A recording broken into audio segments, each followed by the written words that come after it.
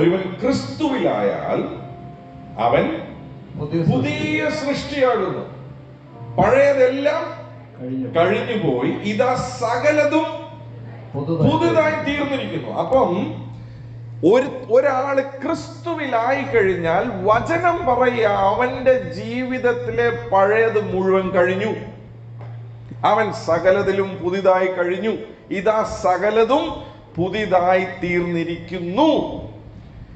എങ്കിലും രക്ഷിക്കപ്പെട്ട ഓരോ ദൈവ പൈതലും യേശുവിന്റെ രക്തത്താൽ കഴുകപ്പെട്ട് രക്ഷിക്കപ്പെട്ട് സ്നാനപ്പെട്ട ഓരോ ദൈവ പൈതലിന്റെയും ജീവിതത്തിൽ നോക്കിയാൽ പഴയത് പലതും മാറിയില്ലല്ലോ എന്നുള്ള ചോദ്യമാണ്.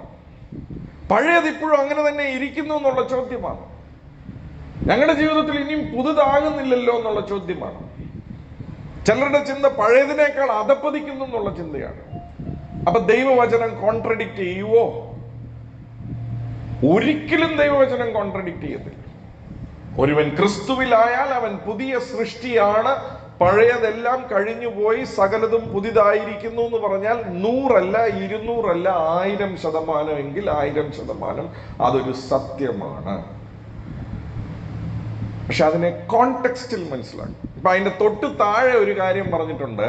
ആ വാക്യം കൊണ്ട് നമുക്ക് വായിക്കാം. 2 കൊരിന്ത്യർ 5:17 ഇങ്ങനെയാ പറയുന്നത്: ഒരുവൻ ക്രിസ്തുവിലായാൽ അവൻ പുതിയ സൃഷ്ടിയാവുന്നു, പഴയതെല്ലാം കഴിഞ്ഞുപോയി, സകലതും പുതുതായിരിക്കുന്നു. 18 ഇങ്ങനെയാ പറയുന്നത്, വായിച്ചേ.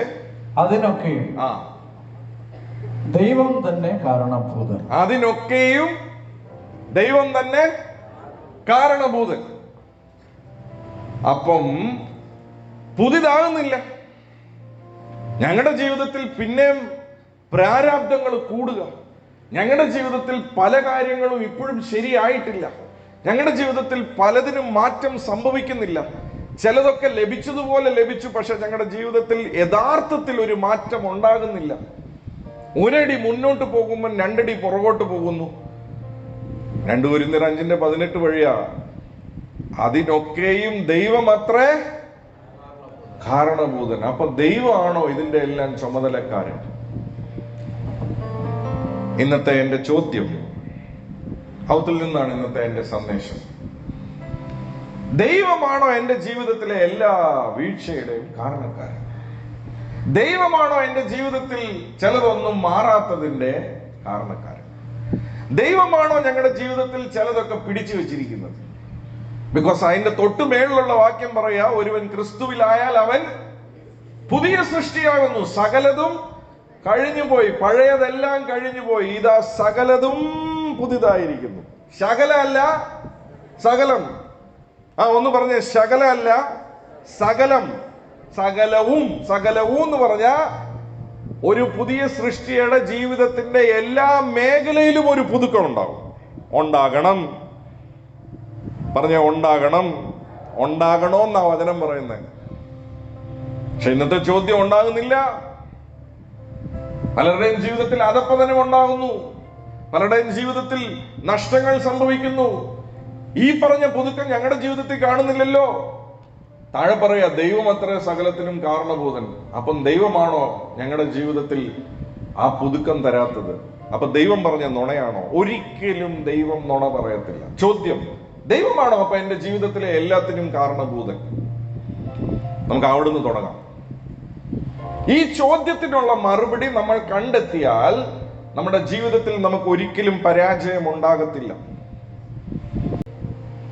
എന്നോട് പരിശുദ്ധാത്മാവ് പറഞ്ഞൊരു കാര്യമാണ് കോസ് ആൻഡ് ഇഫക്റ്റ്, കാരണവും ബലവും. ഒന്ന് പറഞ്ഞേ, കാരണവും ബലവും. ഈ കാരണവും ബലവും ദൈവം ഭൂമിയെ സൃഷ്ടിച്ച ദിവസം തുടങ്ങി ഇന്നേ വരെ, ഇനി ഈ ഭൂമി അവസാനിക്കുന്നിടം വരെ മാറത്തില്ല. കാരണവും ബലവും അത് തുടരും. വിത്തും കൊയ്ത്തും അത് തുടരും. അടുത്ത് മനസ്സിൽ കയറി വരാൻ പോകുന്നത്, ഇത് പഴയ നിയമമല്ലേ, പുതിയ നിയമമാണോ? നമുക്ക് അവത്തിലേക്ക് വരാം. ചിലരൊക്കെ ഈ ചിന്തിക്കുന്നത്, ഈ പഴയ നിയമം എന്ന് പറഞ്ഞാൽ ഒരു പഴയ ദൈവവും പുതിയ നിയമം എന്ന് പറഞ്ഞാൽ ഒരു പുതിയ ദൈവവുമാണ്. പ്രസംഗിക്കുന്ന പലരും അങ്ങനെയാണ് പ്രസംഗിക്കുന്നത്, ചിന്തിച്ചു പോകും നമ്മൾ. പക്ഷെ 2 കൊരിന്ത്യർ 5:17 പറയുന്നത്, ഇതാ ദൈവം പുതിയതായി എന്നല്ല പറഞ്ഞിരിക്കുന്നത്, ഇതാ വിശ്വസിക്കുന്ന മനുഷ്യൻ പുതിയതായെന്നാണ് പറഞ്ഞിരിക്കുന്നത്. പുതിയ നിയമത്തിൽ മനുഷ്യനാ പുതിയതായത്, ദൈവത്തിന് ഒരു മാറ്റവും വന്നിട്ടില്ല. എത്ര പേർക്ക് അത് മനസ്സിലായെന്ന് എനിക്കറിയത്തില്ല. ഒന്ന് പറ, വിശ്വാസി, നീയാ പുതിയ സൃഷ്ടിയായത്, ദൈവമല്ല പുതിയ സൃഷ്ടികനായത്.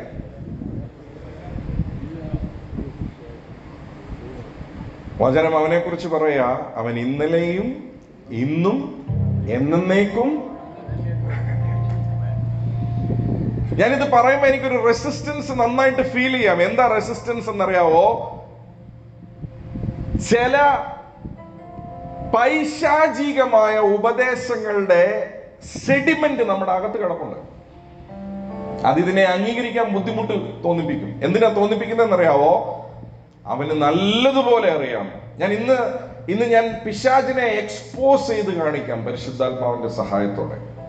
പക്ഷെ നിങ്ങൾ എന്റെ കൂടെ നിന്നാൽ, തോസുട്ടി ബ്രദറിനും ഇതേ സ്വഭാവങ്ങൾ ഉണ്ടായിരുന്നു. പക്ഷെ തോസുട്ടി ബ്രദറിന്റെ ജീവിതത്തിൽ ഒരു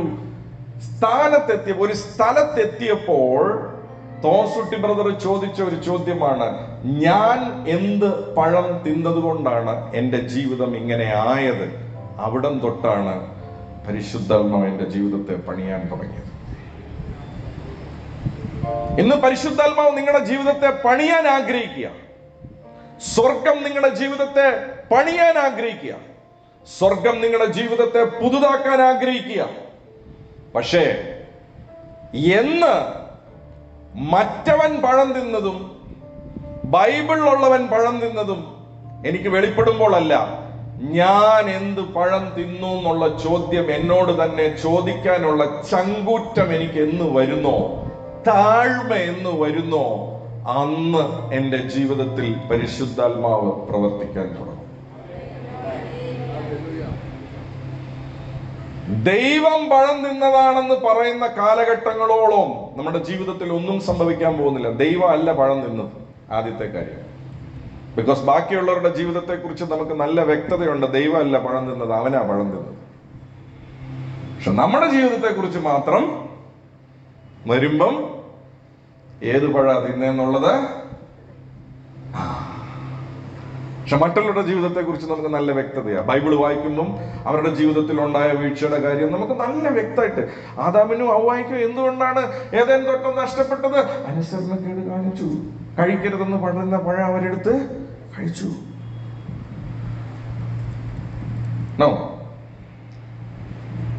ഞാൻ ഇത് മുന്നോട്ട് കൊണ്ടുപോകുമ്പോൾ, അപ്പം പഴയ നിയമത്തിലായിക്കോട്ടെ പുതിയ നിയമത്തിലായിക്കോട്ടെ, ഞാൻ വീണ്ടും പറയാം, ദൈവത്തിന് മാറ്റം സംഭവിച്ചിട്ടില്ല. എഴുതിയെടുക്കേണ്ടവരെടുത്തു. പഴയ നിയമത്തിലും പുതിയ നിയമത്തിലും ദൈവം ഒന്നാണ്. പുതിയ നിയമത്തിൽ പുതിയ സൃഷ്ടിയാണെന്ന് പറഞ്ഞത് എന്നെയാ, ദൈവം അല്ല മാറിയത്, ഞാനാ മാറിയത്. പഴയ നിയമ വിശ്വാസിക്ക് ഇല്ലാത്ത ഒരു പ്രത്യേകത പുതിയ നിയമ വിശ്വാസിക്കുണ്ട്. അവനില്ലാത്ത സാധ്യതകൾ പുതിയ നിയമ വിശ്വാസിക്കുണ്ട്. അത് സാധ്യമാക്കിയതാണ് കാൽവറി ക്രൂശും യേശുവിന്റെ യാഗവും. അതിന് യേശുവാ കാരണഭൂതൻ. നിങ്ങളിപ്പോ ഒന്ന് ചിന്തിച്ചു നോക്കിക്കേ, യേശു കാൽവറി ക്രൂശിൽ എല്ലാവർക്കും വേണ്ടിയാണോ മരിച്ചത്, അതോ ഒരു കൂട്ടം ജനത്തിന് വേണ്ടിയാണോ മരിച്ചത്? എല്ലാവർക്കും വേണ്ടി. ഞാൻ ചോദിക്കട്ടെ, യേശുവിന്റെ രക്തത്താൽ എല്ലാവരുടെയും പാപം കഴുകപ്പെടുവോ, അതോ ചിലവരുടെ മാത്രം പാപം കഴുകപ്പെടുവോ? ഞാൻ ചോദിക്കട്ടെ, യേശുവിന്റെ അടുക്കൽ ഒരാൾ വന്നാൽ എല്ലാവരെയും ക്ഷമിക്കുവോ, അതോ ഒരു കൂട്ടം ആൾക്കാരെ മാത്രമേ ക്ഷമിക്കത്തുള്ളൂ? ഞാൻ ചോദിക്കട്ടെ, യേശുവിന് ഒരു കൂട്ടം ആൾക്കാരെ മാത്രം രക്ഷിക്കാൻ പറ്റുമോ, അതോ യേശുവിന്റെ ബലിക്ക് ഏതൊരു വ്യക്തിയെയും രക്ഷിക്കാൻ പറ്റുമോ? പറ്റും, അല്ലേ? ഞാൻ ചോദിക്കട്ടെ, എന്തുകൊണ്ട് എല്ലാവരുടെയും പാപം ക്ഷമിച്ചു കിട്ടുന്നില്ല? എന്തുകൊണ്ട് എല്ലാവരും രക്ഷിക്കപ്പെടുന്നില്ല? എന്തുകൊണ്ട് എല്ലാവരും രക്ഷയുടെ അനുഭവം പ്രാപിക്കുന്നില്ല?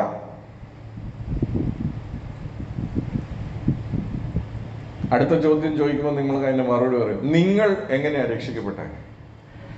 നിങ്ങൾ എപ്പോഴാ രക്ഷിക്കപ്പെട്ടെ? യേശുവിനെ സ്വന്തം രക്ഷിതാവായി സ്വീകരിച്ചപ്പോൾ, അത് ഹൃദയം കൊണ്ട് വിശ്വസിക്കുകയും നാവ് കൊണ്ട് ഏറ്റുപറയുകയും ചെയ്തപ്പോൾ, അത് കഴിഞ്ഞ് സ്നാനപ്പെടാനുള്ള പ്രേരണ പരിശുദ്ധാത്മാവ് ഉള്ളിൽ തന്നപ്പോൾ, അപ്പോഴാണ് രക്ഷിക്കാൻ പെട്ടത്.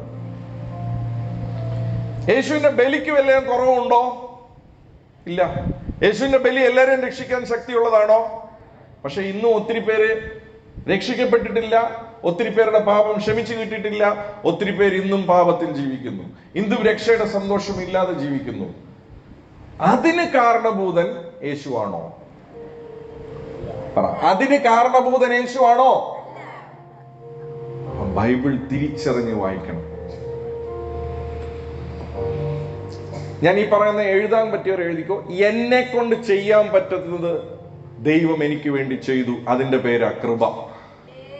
എന്നെ കൊണ്ട് ചെയ്യാൻ പറ്റാത്തത് ദൈവം എനിക്ക് വേണ്ടി ചെയ്തു, അതിന്റെ പേരാണ് കൃപ. പക്ഷേ എന്നോട് ചെയ്യണമെന്ന് പറയുന്നത് ഞാൻ ചെയ്യണം, അതിന്റെ പേരാണ് അനുസരണം.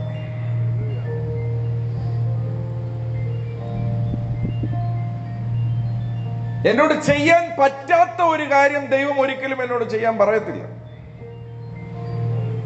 ഒരു ഉദാഹരണം ഞാൻ പറയാം. ഞാനിപ്പോ ഇവിടെ പറയും, നമുക്ക് മീറ്റിംഗ് കഴിയുമ്പോൾ എഴുന്നേക്കാം പ്രാർത്ഥിക്കാമെന്ന് പറയുമ്പോൾ എനിക്ക് 100% ഉറപ്പുണ്ട് ഇവിടെ ഇരിക്കുന്ന മുഴുവൻ പേരും നിങ്ങളുടെ കാലുകൾക്ക് ബലമുള്ളവരാണ്. അപ്പൊ നമുക്ക് എഴുന്നേക്കാം എന്ന് പറയുമ്പോൾ നമ്മളിലുള്ള മുഴുവൻ പേർക്കും എഴുന്നേക്കാനുള്ള കഴിവുള്ളത് കൊണ്ടാണ് ഞാനത് പറയുന്നത്. എന്നാൽ കാല് മേലാത്ത ഒരു കൂട്ടം ആൾക്കാരുടെ ഇടയിൽ നമ്മൾ ശുശ്രൂഷിക്കുകയാണെങ്കിൽ ഒരിക്കലും ആ മീറ്റിംഗ് കഴിയുമ്പോൾ പറയത്തില്ല എല്ലാവരും എഴുന്നേക്കാമെന്ന് പറയത്തില്ല. കാരണം അവരുടെ കാലുകൾക്ക് പ്രയാസമുണ്ട് എന്നുള്ളത് നമുക്ക് നല്ലതുപോലെ അറിയാം. അത്രയും തിരിച്ചറിവ് ഒരു മനുഷ്യനായ നമുക്കുണ്ടെങ്കിൽ, സാക്ഷാൽ സൃഷ്ടിച്ച ദൈവം നമ്മളോട് ഒരു കാര്യം ചെയ്യാൻ പറഞ്ഞാൽ നമുക്കത് ചെയ്യാനുള്ള കൃപ അവൻ തന്നിട്ടുണ്ട്. അതിന്റെ പേരാ കൃപ. ചെയ്യാനുള്ളതിന്റെ പേരാ കൃപ. ചെയ്യാനുള്ള പ്രാപ്തി എൻ്റെ ഉള്ളിലുണ്ട്, ചെയ്യാനുള്ള കഴിവ് എൻ്റെ ഉള്ളിൽ ദൈവം നിക്ഷേപിച്ചിട്ടുണ്ട്. അതുകൊണ്ടാണ് അവനെ പുതിയ സൃഷ്ടി എന്ന് വിളിക്കുന്നത്. ആമേൻ. നൗ, രണ്ട് വാക്കിന്റെ അർത്ഥം പെട്ടെന്ന് നമുക്ക് കണ്ടെത്താം. ബൈബിൾ നീളെ പറയുന്ന കാര്യമാണ്, നമ്മുടെ ജീവിതത്തിൽ പലപ്പോഴും നമ്മൾ ഉപയോഗിക്കുന്ന വാക്കുകളാണ്. ശാപവും അനുഗ്രഹവും. എന്താണ് ശാപം? ഡിക്ഷണറി ഡെഫിനിഷൻ ഇങ്ങനെയാ പറയുന്നത്: ജീവിതത്തിൽ പ്രശ്നങ്ങൾ അനുഭവിക്കുകയും തടസ്സങ്ങൾ അനുഭവിക്കുകയും സന്തോഷമില്ലായ്മ അനുഭവിക്കുകയും ചെയ്യുന്ന ഒരു അവസ്ഥയുടെ പേരാണ് ശാപം. വേറൊരു ഡെഫിനിഷൻ ഇങ്ങനെ പറയുന്നുണ്ട്: ഒരു അമാനുഷ്യമായ ശക്തി ഒരു വ്യക്തിയുടെ ജീവിതത്തിലോ ആ വ്യക്തിയുടെ ചില മേഖലകളിലോ ഏത് നേരവും ചില കാര്യങ്ങളെ തടസ്സപ്പെടുത്തുകയും ഉപദ്രവിക്കുകയും അവനെ ശിക്ഷിക്കുകയും ചെയ്യുന്ന രീതിയിൽ, അവന് പുരോഗമിക്കാൻ പറ്റാത്ത രീതിയിൽ അവനെ തടസ്സം ചെയ്യുന്നതിന്റെ പേരാണ് ശാപം. ഇംഗ്ലീഷ് വേറൊരു വാക്ക് അതിന് ഉപയോഗിക്കുന്നതാണ് ബാഡ് ലക്ക്. ബൈബിൾ ഉപയോഗിക്കുന്ന പേരാണ് ശാപം. അപ്പൊ ജീവിതത്തിൽ പുരോഗമിക്കാൻ മേലാത്ത അവസ്ഥയാണ് നമ്മൾ ശാപം എന്ന് പറയുന്നത്. യേശു ഭൂമിയിൽ വന്നത് ആ ശാപത്തെ മാറ്റാനാണ്. യേശു കാൽവറി ക്രൂശിൽ 2000 വർഷം മുന്നേ ഇതുപോലെ ഒരു വെള്ളിയാഴ്ച മരിച്ചത്, വെള്ളിയാഴ്ചയാണോ മരിച്ചത് അതിന് പ്രൂഫില്ല, ഇതുപോലെ ഒരു ദിവസം യേശു കാൽവറി ക്രൂശിൽ മരിച്ചത് ആ ശാപത്തെ മാറ്റാനായിട്ട്. മരത്തിൽ തൂങ്ങുന്ന ഏവനും ശപിക്കപ്പെട്ടവൻ എന്ന് പറഞ്ഞിരിക്കുന്നു.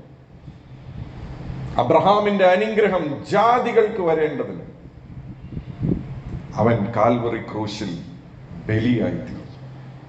അപ്പം അനുഗ്രഹം വരാനായിട്ടാണ് യേശു കാൽവറി ക്രൂശിൽ ബലിയായത്. ആ യേശുവിൽ വിശ്വസിക്കുന്ന ഒരു വ്യക്തി പുതിയ സൃഷ്ടിയാകുന്നത് അനുഗ്രഹം അനുഭവിക്കാനായിട്ടാണ്, ശാപം അനുഭവിക്കാനല്ല.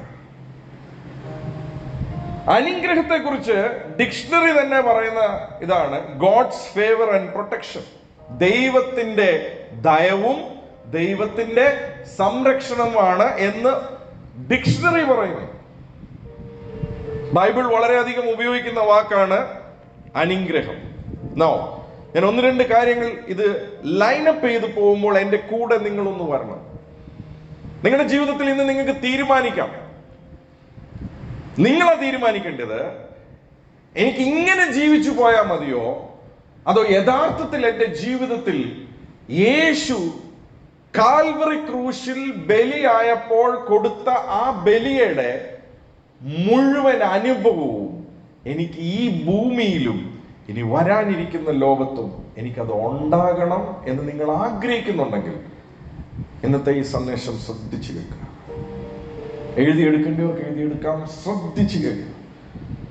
ബൈബിൾ പറയുന്നതാണ് ശാപവും അനുഗ്രഹവും. ഡിക്ഷണറിയിലും ഉള്ള രണ്ട് വാക്കാണ്. എനിക്കറിയാം ഇവിടെ ഇരിക്കുന്ന ആരും ശാപം ആഗ്രഹിക്കുന്നില്ല.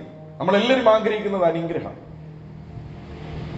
അനുഗ്രഹം എന്ന് പറയുന്നത് ഡിക്ഷണറി തന്നെ പറയാ ഗോഡ്സ് ഫേവർ ആൻഡ് പ്രൊട്ടക്ഷൻ. ദൈവത്തിന്റെ ദയവും ദൈവത്തിന്റെ സംരക്ഷണവും. യേശു ഭൂമിയിൽ ഇരിക്കുമ്പോൾ മുകളിൽ നിന്ന് ദൈവത്തിന്റെ ശബ്ദം കേട്ടതാണ്, പിതാവാം ദൈവത്തിന്റെ ശബ്ദം കേട്ടതാണ്, ഇവൻ എന്റെ പ്രിയപുത്രൻ, ഇവനിൽ ഞാൻ പ്രസാദിച്ചിരിക്കുന്നു. പുതിയ ദൈവ വിശ്വാസി, പുതിയ സൃഷ്ടിയാകാനുള്ള കാരണം എന്താണെന്ന് അറിയാവോ? യേശുവിനെ ഒരാൾ സ്വീകരിക്കുമ്പോൾ സ്വർഗം അവനെ അല്ല നോക്കുന്നത്, സ്വർഗം പ്രസാദിച്ച യേശുവിനെയാണ് നോക്കുന്നത്. അങ്ങനെയാണെങ്കിൽ പ്രസാദം പ്രാപിച്ച ഞാൻ, നമ്മൾ ചില ആരാധന സ്ഥലങ്ങളിൽ പോകുമ്പോൾ പ്രസാദം ലഭിക്കും. പ്രസാദം, അപ്പം അതൊരു ആചാരമായിട്ട് പല സ്ഥലങ്ങളിലും ഉള്ളപ്പോൾ പുതിയ നിയമ വിശ്വാസിയെ സംബന്ധിച്ച് സ്വർഗം അഥവാ ദൈവം പ്രസാദിച്ച ആ വ്യക്തി തന്നെ ഒരു പുതിയ നിയമ വിശ്വാസിയുടെ ഉള്ളിൽ വസിക്കുമ്പോൾ അവന്റെ മേളിൽ സ്വർഗം പ്രസാദിച്ചിരിക്കുക. എന്ന് വെച്ചാൽ അവന്റെ മേളിൽ ദൈവീക ദയവും ദൈവിക സംരക്ഷണവും ഉണ്ടായിരിക്കും. ഉണ്ടായിരിക്കുമോ ഇല്ലയോ? ആ ഉണ്ടായിരിക്കുന്നവന് ജീവിതത്തിൽ ഒരിക്കലും ഒരു മേഖലയിലും അവന് നഷ്ടമുണ്ടാകാൻ പാടില്ല എന്ന് തോമസുട്ടി ബ്രദർ വിശ്വസിക്കുന്നു. നഷ്ടമുണ്ടായാൽ ആ പഴം തിന്നത് ദൈവമാണെന്ന് തോമസുട്ടി ബ്രദർ വിശ്വസിക്കുന്നില്ല. നഷ്ടമാകുന്നുണ്ടെങ്കിൽ അതിന്റെ കാരണക്കാരൻ തോമസുട്ടി ബ്രദർ ആണെന്ന് തോമസുട്ടി ബ്രദർ വിശ്വസിക്കുന്നു. നിങ്ങളുടെ ഉള്ളിൽ ആ വിശ്വാസം ഇന്ന് കയറാൻ തുടങ്ങിയാൽ നിങ്ങളുടെ ജീവിതത്തിൽ ഇതുവരെ കണ്ട പരാജയങ്ങളുടെ മേളിൽ നിങ്ങൾക്ക് ജയം കാണുവാനായിട്ട് തുടങ്ങും. എനിക്കറിയാം ഇന്ന് നിങ്ങളുടെ ജഡത്തെ സുഖിപ്പിക്കുന്ന കാര്യമല്ല ഞാൻ പ്രസംഗിക്കുന്നതെന്ന്. ഈ ജഡത്തെ സുഖിപ്പിക്കുന്ന പ്രസംഗം ആരുടെയാണെന്ന് ഞാൻ ഈ കാലഘട്ടങ്ങളിലെല്ലാം ഇപ്പൊ പ്രസംഗിക്കുന്നുണ്ട്. എന്റെ ജഡത്തെ സുഖിപ്പിക്കുന്നതല്ല ദൈവവചനം, എന്റെ ആത്മാവിനെ ശക്തീകരിക്കുന്നതാ ദൈവവചനം. ശക്തീകരിക്കുന്ന എന്റെ ആത്മാവ് ജഡത്തെ കീഴ്പ്പെടുത്തുന്നതാണ് ക്രിസ്തീയ ജീവിതം. ഞാൻ പറഞ്ഞ വാക്കുകളിൽ ഒത്തിരി അർത്ഥമുണ്ട്. അത് പരിശുദ്ധാത്മാവ് നിങ്ങളുടെ ഉള്ളിൽ പ്രകാശിപ്പിക്കട്ടെ എന്ന് ഞാൻ പ്രാർത്ഥിക്കുന്നു.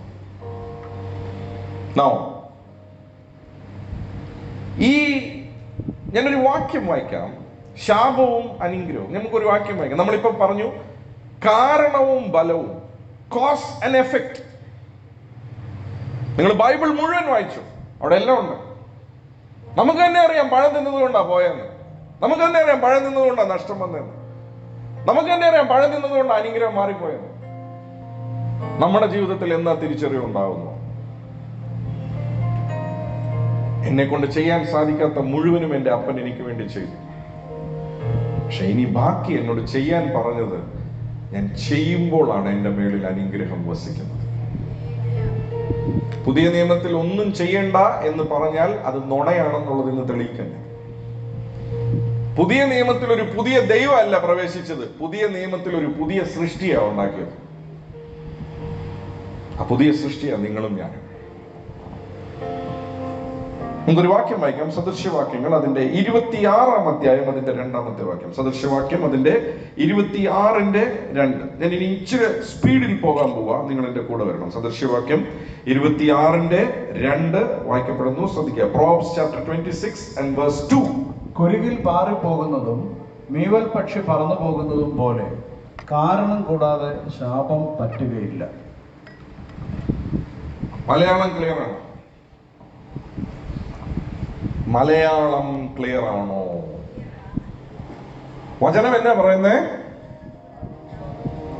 കാരണം കൂടാതെ ശാപത്തിന് നിൽക്കാനായിട്ട് പറ്റത്തില്ല. കാരണം കൂടാതെ ശാപത്തിന് നിൽക്കാൻ പറ്റത്തില്ലെങ്കിൽ കാരണം കൂടാതെ അനുഗ്രഹത്തിന് നിൽക്കാൻ പറ്റത്തില്ല. അനുഗ്രഹം ഒരാളിൽ വസിക്കാനും ഒരു കാരണമുണ്ട്, അനുഗ്രഹം മാറി ശാപം ഒരാളിൽ വസിക്കാനും കാരണമുണ്ട്. എഴുതിക്കോ, അത് നോട്ട് ചെയ്തോ. ഇതിനകത്തെല്ലാം പോകാൻ പോകുന്നത് കാലങ്ങളായി കേട്ടിരിക്കുന്നത്. ഇത് പഴയ നിയമ, പഴയ നിയമ, പഴയ നിയമ. ഞാൻ വീണ്ടും വീണ്ടും പറയാം, പഴയ നിയമത്തിൽ ഒരു ദൈവം, പുതിയ നിയമത്തിൽ ഒരു ദൈവം ഇല്ല.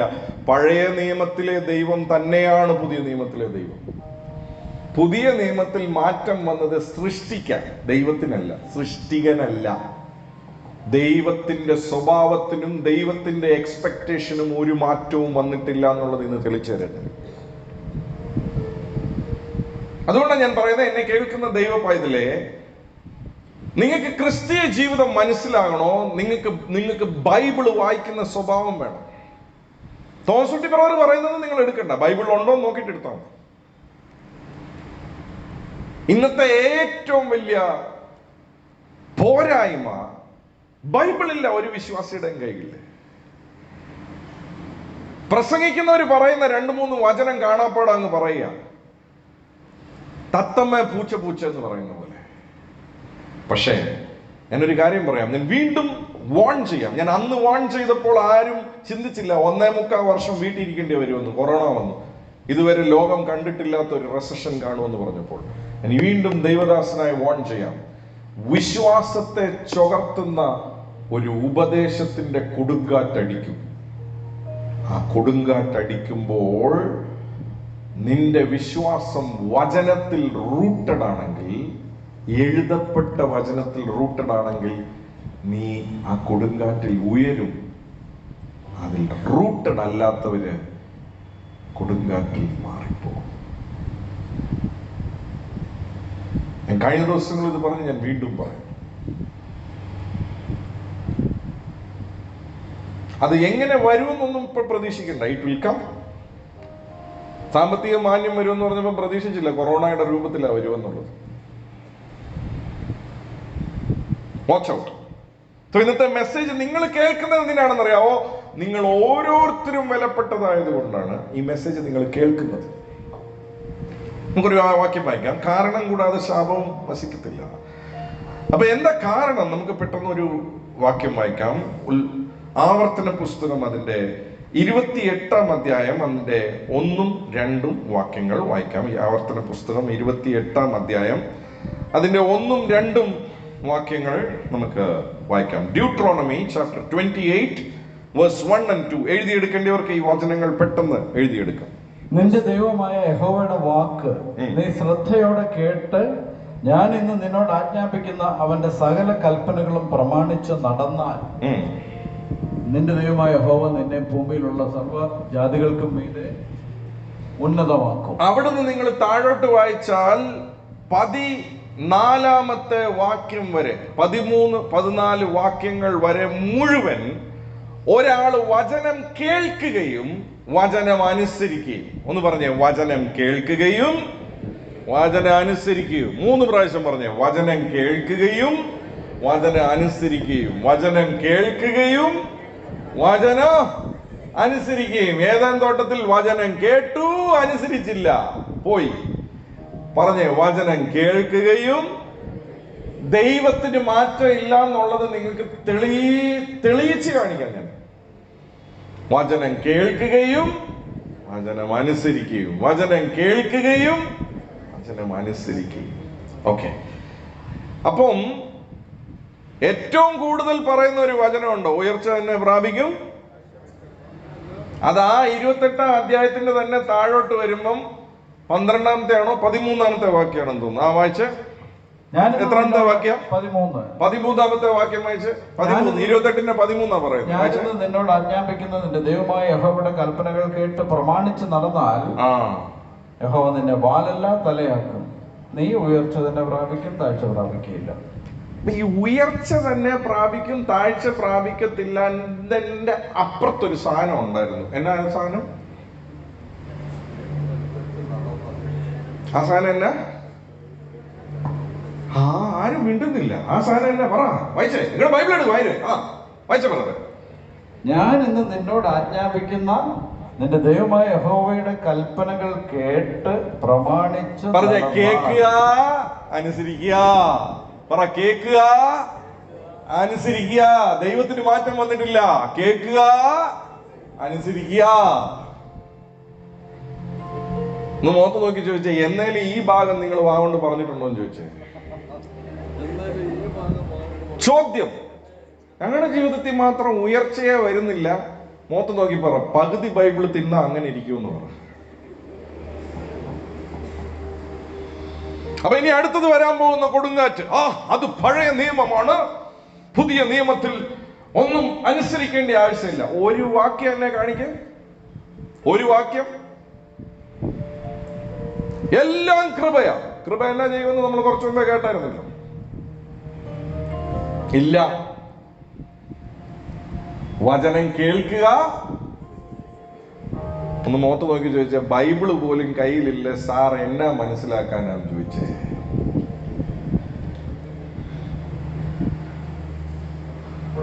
ആരോ പഠിപ്പിച്ചു, തത്തമ്മേ പൂച്ച പൂച്ച. Get ready, get ready, I am taking U deeper. അപ്പം മുമ്പ് തൊട്ട് നോക്കിക്കോ, വചനം കേൾക്കുക, അനുസരിക്കുക. അതിനകത്താണ് അനുഗ്രഹം.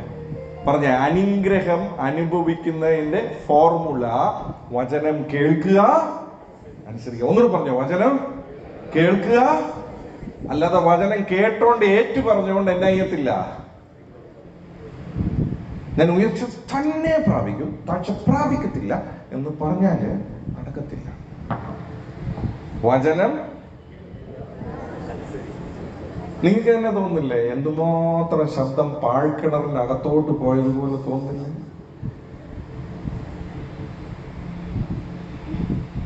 ഈ അധപ്പതനം, നമ്മുടെ ഉള്ളിൽ വന്നിരിക്കുന്ന അധപ്പതനത്തെ ഒന്ന് മനസ്സിലാക്കണമെന്ന് പരിശുദ്ധാത്മാവ് ആഗ്രഹിക്കുക. Let's go forward. 28-ന്റെ 15 വായിച്ച. ഇതെല്ലാം അനുഗ്രഹത്തിന്റെ ഫോർമുലയാണ്. അനുഗ്രഹത്തിന്റെ ഫോർമുല എന്നതാ? കേൾക്കുക, അനുസരിക്കുക. പറഞ്ഞേ, ഒന്നുകൂടെ പറഞ്ഞേ, കേൾക്കുക, അനുസരിക്കുക, കേൾക്കുക, അനുസരിക്കുക. ശാപത്തിന്റെ ഫോർമുല 28-ന്റെ 15. എന്നാൽ നീ നിന്റെ ദൈവമായ യഹോവയുടെ വാക്ക് കേട്ട് ഞാൻ ഇന്ന് നിന്നോട് ആജ്ഞാപിക്കുന്ന അവന്റെ കൽപ്പനകളും ചട്ടങ്ങളും പ്രമാണിച്ച് നടക്കാഞ്ഞാൽ ഈ ശാപമൊക്കെയും നിനക്ക് വന്നു ഭവിക്കും. അപ്പൊ കേൾക്കുക, അനുസരിക്കാതെ ഇരിക്കുക, അതാണ് ശാപത്തിന്റെ ഒരാൾ മാത്രം പറഞ്ഞു. അനുഗ്രഹത്തിന്റെ ഫോർമുല എന്നതാ? കേൾക്കുക, അനുസരിക്കുക. ശാപത്തിന്റെ ഫോർമുല എന്നതാ? കേൾക്കുക, അനുസരിക്കാതെ ഇരിക്കുക. ഇന്ന് ഞാൻ നിങ്ങളോട് പറയാം, ഇന്നൊരു പക്ഷെ തോമസുട്ടി ബ്രദറിനെ നിങ്ങൾ ശത്രുവായി കാണും. പക്ഷെ ദിവസങ്ങൾ വരുന്നു നിങ്ങൾ എന്നെ മിത്രമായി ഓർമ്മിക്കുന്ന ദിവസങ്ങൾ. അന്ന് ഇന്ന് നിങ്ങൾക്ക് വളരെ വിലപ്പെട്ടതാണെന്ന് തോന്നുന്ന പലതും നിങ്ങൾക്ക് മനസ്സിലാവും എന്നതാണെന്നുള്ളത്. അന്ന് നിങ്ങൾക്ക് മനസ്സിലാവും തോമസുട്ടി ബ്രദർ പറഞ്ഞതാണ് ശരി എന്നുള്ളത്. ബിക്കോസ് തോമസുട്ടി ബ്രദറിന്റെ ഇഷ്ടമല്ല പ്രസംഗിക്കുന്നത്, വചന പ്രസംഗിക്കുന്നത്. എനിക്ക് ഗാലറിയുടെ ക്ലാപ്പ് വേണമെന്നെങ്കിൽ ഈ മെസ്സേജ് അല്ല ഞാൻ പ്രസംഗിക്കുന്നത്, എനിക്ക് വേറെ മെസ്സേജ് പ്രസംഗിക്കാൻ അറിയാം. കാലങ്ങൾക്ക് മുന്നേ ഞാൻ ദൈവജനം അനുഗ്രഹിക്കാൻ വേണ്ടി പ്രസംഗിച്ചപ്പോഴും ഞാൻ പ്രസംഗിച്ചത് കാരണവും ബലവും തന്നെയാണ് പ്രസംഗിച്ചത്. പക്ഷെ അന്ന് എന്റെ ആഗ്രഹം ബലം അവരുടെ ജീവിതത്തിൽ ഉണ്ടാകട്ടെ എന്നുള്ളത് കൊണ്ടാണ്. പക്ഷെ കൊറോണ വന്നത് എന്റെ ജീവിതത്തിൽ ഒരു വലിയ ടേണിംഗ് പോയിന്റ് ആയിരുന്നു. ഞാൻ ഒരു കാര്യം പഠിച്ചു. ദൈവജനത്തിൽ പലരും എന്തോ ചിലത് ലഭിക്കാൻ വേണ്ടി മാത്രം ക്രിസ്തുവിന്റെ പുറകെ നടക്കുന്നവരുണ്ട്. അവർ നിലച്ചു നിൽക്കത്തില്ലെന്നും അറിയാം, അവർ വളരാൻ പോകുന്നില്ലെന്നും അറിയാം, അവരുടെ ജീവിതത്തിൽ ഒരിക്കലും അവർ അനുഗ്രഹം അനുഭവിക്കാൻ പോകുന്നില്ലെന്നും അറിയാം. അതുകൊണ്ട് ഈ കൊറോണ കഴിഞ്ഞതിന് ശേഷം ഐ എം വെരി ക്ലിയർ, പ്രിയനെ, നിന്റെ ആത്മാവ് ശുഭമായി ഇരിക്കുന്നത് പോലെ നീ സകലത്തിലും ശുഭമായും. ഇവിടെ മീറ്റിങ്ങിന് വരുന്ന പലരും അവരുടെ ജീവിതത്തിൽ അത്ഭുതങ്ങൾ നടക്കുന്നതുകൊണ്ടാണ് വരുന്നതെന്ന് എനിക്ക് നല്ലതുപോലെ അറിയാം. ഞാൻ പറയുന്നത് വീണ്ടും വീണ്ടും പറയാം, ഒരു അത്ഭുതം കൊണ്ട് നിങ്ങളുടെ ജീവിതം ധന്യമാകത്തില്ല. ഈ അനുഗ്രഹം എന്ന് നിങ്ങൾക്ക് മനസ്സിലാവുന്നു, ഇതെന്ന് ജീവിതത്തിൽ നിങ്ങൾക്ക് പ്രായോഗികമാക്കാൻ പറ്റുന്നു, അനുഗ്രഹം നിങ്ങളുടെ ജീവിതത്തെ ധന്യമാക്കും. അനുഗ്രഹത്തിന്റെ അവസ്ഥ എന്ന് പറഞ്ഞാൽ ഒരു അത്ഭുതത്തിന്റെ ആവശ്യമില്ലാത്ത, അഥവാ വേറൊരു രീതിയിൽ പറഞ്ഞാൽ മറ്റുള്ളവർ കാണുമ്പോൾ അത്ഭുതമെന്ന് തോന്നുന്ന ഒരു ജീവിതം, അതാണ് അനുഗ്രഹം.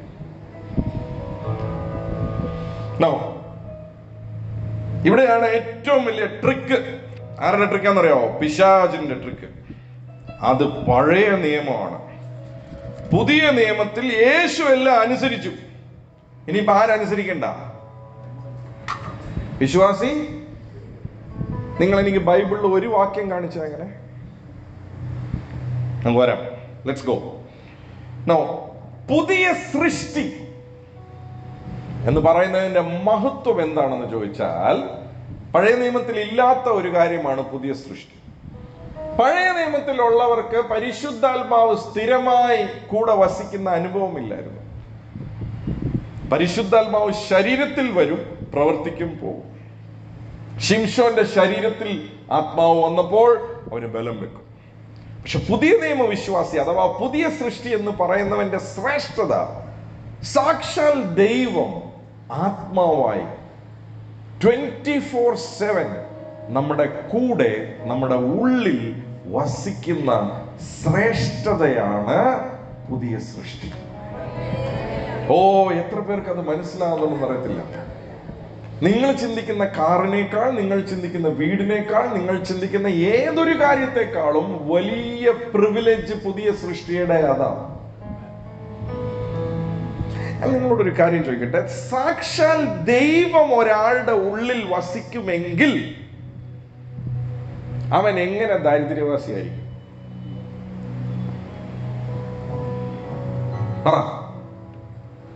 അവൻ എങ്ങനെ ദാരിദ്ര്യവാസിയായിരിക്കും? അവൻ എങ്ങനെ പുരോഗമിക്കാതെ ഇരിക്കും?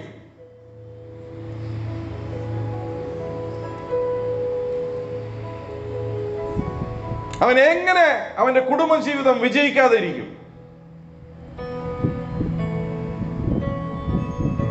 അവന്റെ ജീവിതത്തിൽ എങ്ങനെ അവന് ജോലിയിൽ നിലയ്ക്കാൻ പറ്റാത്ത അവസ്ഥയിൽ ഇരിക്കും? ബിസിനസ്സിൽ പരാജയമാവും, ശുശ്രൂഷയിൽ പരാജയമാവും.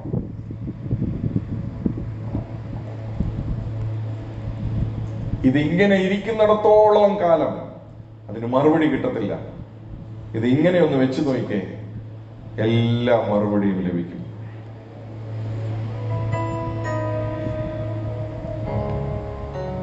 അവന്റെ കുഞ്ഞുങ്ങൾ ചിത്രിച്ചു പോകരുത്. അത് ദൈവിക അനുഗ്രഹം. അവനെങ്ങനെ അസമാധാനത്തിൽ വസിക്കും? അവനെങ്ങനെ സ്വസ്ഥതയില്ലാത്തവനാവും? അവന്റെ ജീവിതത്തിൽ എങ്ങനെ വെട്ടുക്കിളികൾ അവന്റെ സമ്പത്തിനെ കട്ടോണ്ട് പോകും? Cannot happen. No. പുതിയ നിയമത്തിലോട്ട് വരാം. പുതിയ സൃഷ്ടി. Welcome to the New Testament. Yesu Markose എഴുതിയ സുവിശേഷം 4-ാം അധ്യായം അതിന്റെ 13, 14, 20 വാക്യം. Mark chapter 4 verse 13, 14, 20. യേശു വാമൊഴിയാൽ പറഞ്ഞതാണ്. പുതിയ നിയമത്തിൽ പുതിയ സൃഷ്ടിയുടെ ഏറ്റവും വലിയ അഡ്വാൻറ്റേജ് ആണ് ദൈവരാജ്യം. പഴയ നിയമത്തിലുള്ള വ്യക്തി സ്വർഗം എന്നൊരു സ്ഥലത്തോട്ടാണ് നോക്കിക്കൊണ്ടിരുന്നത്. പക്ഷെ പുതിയ സൃഷ്ടിയുടെ ഒരു പ്രത്യേകതയാണ്, അവൻ വീണ്ടും ജനിച്ചു കഴിയുമ്പോൾ അവൻ സ്വർഗത്തിൽ പോകാനല്ല നോക്കിയിരിക്കുന്നത്, അവൻ സ്വർഗം ഭൂമിയിൽ അനുഭവിക്കുന്ന ഒരു വ്യക്തിയാണ്. ദൈവരാജ്യം ഭക്ഷണവും പാനീയവുമല്ല, നീതിയും സമാധാനവും പരിശുദ്ധാത്മാവിലുള്ള സന്തോഷവുമാണ്. പുതിയ നിയമ വിശ്വാസിയുടെ, വീണ്ടും ജനിച്ച വിശ്വാസിയുടെ, പുതിയ സൃഷ്ടിയുടെ, യേശുവിന്റെ രക്തത്താൽ കഴുകപ്പെട്ട വ്യക്തിയുടെ ഏറ്റവും വലിയ പ്രിവിലേജ്, ഒന്ന്, പരിശുദ്ധാത്മാവ് കൂടെ വസിക്കുന്നത്. രണ്ട്, ദൈവരാജ്യത്തെ, സ്വർഗം എന്നൊരു സ്ഥലത്തോട്ടല്ല അവൻ പോകുന്നത്, അവന്റെ ഉള്ളിലാ സ്വർഗം. നീതി, ക്രിസ്തുവിന്റെ നീതി ധരിക്കപ്പെട്ടവനാണ്. സമാധാനം, ക്രിസ്തുവിന്റെ സമാധാനം അനുഭവിക്കുന്നവനാണ്. പരിശുദ്ധാത്മാവിലുള്ള സന്തോഷം. എന്നാ ഇതിന്റെ വ്യത്യാസം? ഒരു സാധനം കിട്ടിയില്ല എന്നുള്ളതിലല്ല സന്തോഷം, ഒന്നുമില്ലേലും സന്തോഷം. ഒന്നുമില്ലേലും സന്തോഷം. കാറ്റും കടലും അവിടെ അത് തിരമാലകൾ വന്ന് ബോട്ടിൽ കയറുമ്പോഴും അമരത്ത് കിടന്നുറങ്ങാവുന്ന സ്വസ്ഥത.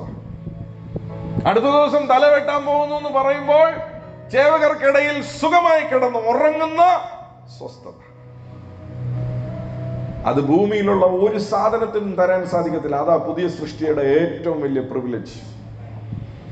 അത് അനുഭവിക്കുന്നില്ലെങ്കിൽ എന്നെ കേൾക്കുന്ന ദൈവ പൈതലെ, ഞാൻ നിന്നോട് പറയാം, നീ പ്രാർത്ഥിക്കുന്ന കാറും, നീ പ്രാർത്ഥിക്കുന്ന വീടും, നീ പ്രാർത്ഥിക്കുന്ന മോടെ കല്യാണം എല്ലാം നടന്നോട്ടെ, ഒരു പ്രയോജനമില്ല. പവന്റെ കാര്യം നീ നഷ്ടപ്പെടുത്തുന്നു.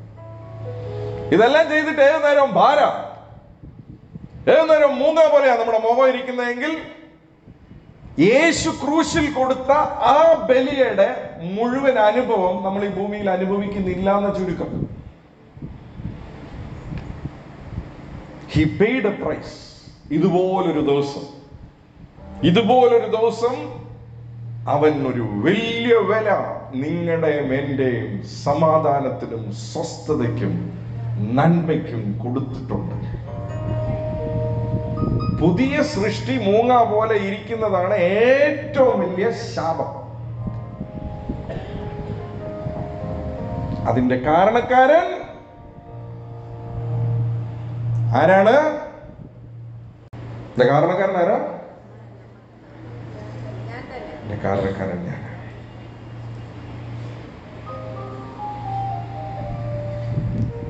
നിങ്ങൾ കാശ് കൊടുത്ത് ഒരു സാധനം വീട്ടിൽ മേടിച്ചോണ്ട് വന്നു, ഒരു TV. അത് ശരിക്കും ഓടുന്നില്ല. അത് ഓൺ ചെയ്ത സൗണ്ട് വരുമ്പോൾ പിക്ചർ വരത്തില്ല, പിക്ചർ വരുമ്പോൾ സൗണ്ട് വരത്തില്ല. നിങ്ങൾ എന്നാ ചെയ്യും? അത് പോട്ടെ, അത് പോട്ടെ, അതെ സാരമില്ല, അവനെന്തോ അബദ്ധം പറ്റിയതായിരിക്കും. വിടുവോ? ഇല്ല. എന്നാൽ ഇന്ന് ഗുഡ് ഫ്രൈഡേയുടെ സന്ദേശം ഏറ്റെടുത്തോ? 2000 വർഷങ്ങൾക്ക് മുൻപേ നിങ്ങളുടെയും എന്റെയും അപ്പൻ കൊടുത്ത വിലയുടെ അനുഭവം എന്താണെന്നുള്ളത് ഈ ഭൂമിയിൽ അനുഭവിക്കാൻ സാധിച്ചില്ലെങ്കിൽ നമ്മളെപ്പോലെ മണ്ടന്മാര് വേറെ ആരുമില്ല. അത് ഈ ഭൂമിയിൽ അനുഭവിക്കാൻ പറ്റാത്തവൻ ഒരിക്കലും സ്വർഗത്തിൽ പോയി അനുഭവിക്കത്തില്ല. അപ്പുറത്തോളം മുഖത്ത് നോക്കി പറഞ്ഞ് ഇതെല്ലാം പൊതിഞ്ഞു കെട്ടിയങ്ങ് സ്വർഗത്തിൽ പോയി ഭയങ്കര അനുഭവമാണെന്ന് ഒന്നും ചിന്തിക്കേണ്ട, ഒന്നുമില്ല. ബിക്കോസ് അവിടെ വചനം പറയാ, ഇവിടെ അതിജീവിക്കുന്നവനാ അവിടെയും ജീവിക്കുന്നത്, ഇവിടെ ജയിക്കുന്നവനാ അവിടെയും ജയിക്കുന്നത്. ഹല്ലേലൂയ. സ്വന്തം തലയെ കൈവച്ച് പറഞ്ഞ എല്ലാ കോൺട്രറി സ്പിരിറ്റും എന്നിൽ നിന്ന് വിട്ടുമാറാൻ യേശുവിന്റെ നാമത്തിൽ ഞാൻ കൽപ്പിക്കുന്നു. വചനം പറയുന്നതിന്റെ അടിസ്ഥാനത്തിൽ എന്റെ വിശ്വാസം ഉറക്കട്ടെ എന്നൊന്ന് പ്രാർത്ഥിച്ചു. തോസുട്ടി ബ്രദർ പറയുന്നതിന്റെ അടിസ്ഥാനത്തിൽ ഉറക്കേണ്ട, വചനം പറയുന്നതിന്റെ അടിസ്ഥാനത്തിൽ നുറച്ച്. ഇന്ന് ചിലതെല്ലാം തോൽ ഉരിയുന്നത് പോലെ തോന്നുന്നില്ലേ? അപ്പൊ ഓർത്തോ നോക്കോ എവിടെയാ നിൽക്കുന്നതെന്ന്. എന്താ പറഞ്ഞ സെഡിമെന്റ് ഇന്ന് വെളിയിൽ എടുക്കണം, ഓപ്പറേഷൻ നടത്തുക. മർക്കോസ് 4:13-14-20 13-ാമത്തെ വാക്യം വായിക്കപ്പെടുന്നു, ശ്രദ്ധിക്കുക. പിന്നെ അവൻ അവരോട് പറഞ്ഞത്, ഈ ഉപമ ഗ്രഹിക്കുന്നില്ലയോ? പിന്നെ മറ്റ് ഉപമകളൊക്കെ എങ്ങനെ ഗ്രഹിക്കും? വിതയ്ക്കുന്നവൻ അപ്പം 13-ാമത്തെ വാക്യത്തിൽ യേശു പറയുക, ഈ ഉപമ ഗ്രഹിക്കുന്നില്ലെങ്കിൽ ബാക്കി ഒരു ഉപമയും നിങ്ങൾക്ക് ഗ്രഹിക്കാനായിട്ട് സാധിക്കത്തില്ല. അപ്പൊ ദൈവരാജ്യത്തെ യേശു ഉപമകളിലാണ് പറഞ്ഞു കൊടുത്തത്. ദൈവരാജ്യത്തിന്റെ അടിസ്ഥാന ഉപമയാണ് ഈ ഉപമ. ഓക്കെ, ഇനി 14 വായിച്ച്. വിതയ്ക്കുന്നവൻ വചനം വിതയ്ക്കുന്നു. അപ്പം പുതിയ നിയമത്തിൽ വചനം എന്നത് വിത്താണെങ്കിൽ, കാരണമാണെങ്കിൽ 20-ാമത്തെ വാക്യം പറയുക, വായിച്ചേ. നല്ല മണ്ണിൽ വിതയ്ക്കപ്പെട്ടതോ വചനം കേൾക്കുകയും അംഗീകരിക്കുകയും പറഞ്ഞേ, കേൾക്കുക, അനുസരിക്കുക. പഴയ നിയമത്തിലെ ദൈവത്തിനും പുതിയ നിയമത്തിൽ വന്നപ്പോ മാറ്റായോ? ശബ്ദം പോയി. മാറ്റായോ ഇല്ലയോ പറ. മാറ്റായിട്ടില്ല. എന്റെ പുതിയ നിയമത്തിലായിട്ടില്ല. നിങ്ങളുടെ പുതിയ നിയമത്തിലായിട്ടുണ്ടോ? ഇല്ല. കേൾക്കുക, അനുസരിക്കുക. പറഞ്ഞേ, കേൾക്കുക, അനുസരിക്കുക. പഴയ നിയമത്തിലും കേൾക്കുക, അനുസരിക്കുക. പുതിയ നിയമത്തിലും കേൾക്കുക, അനുസരിക്കുക. അനുസരിക്കുന്നവന്റെ ജീവിതത്തിൽ എന്നാ ഉണ്ടാകും? 30, 60, 100 മേനി ബലമുണ്ടാകും.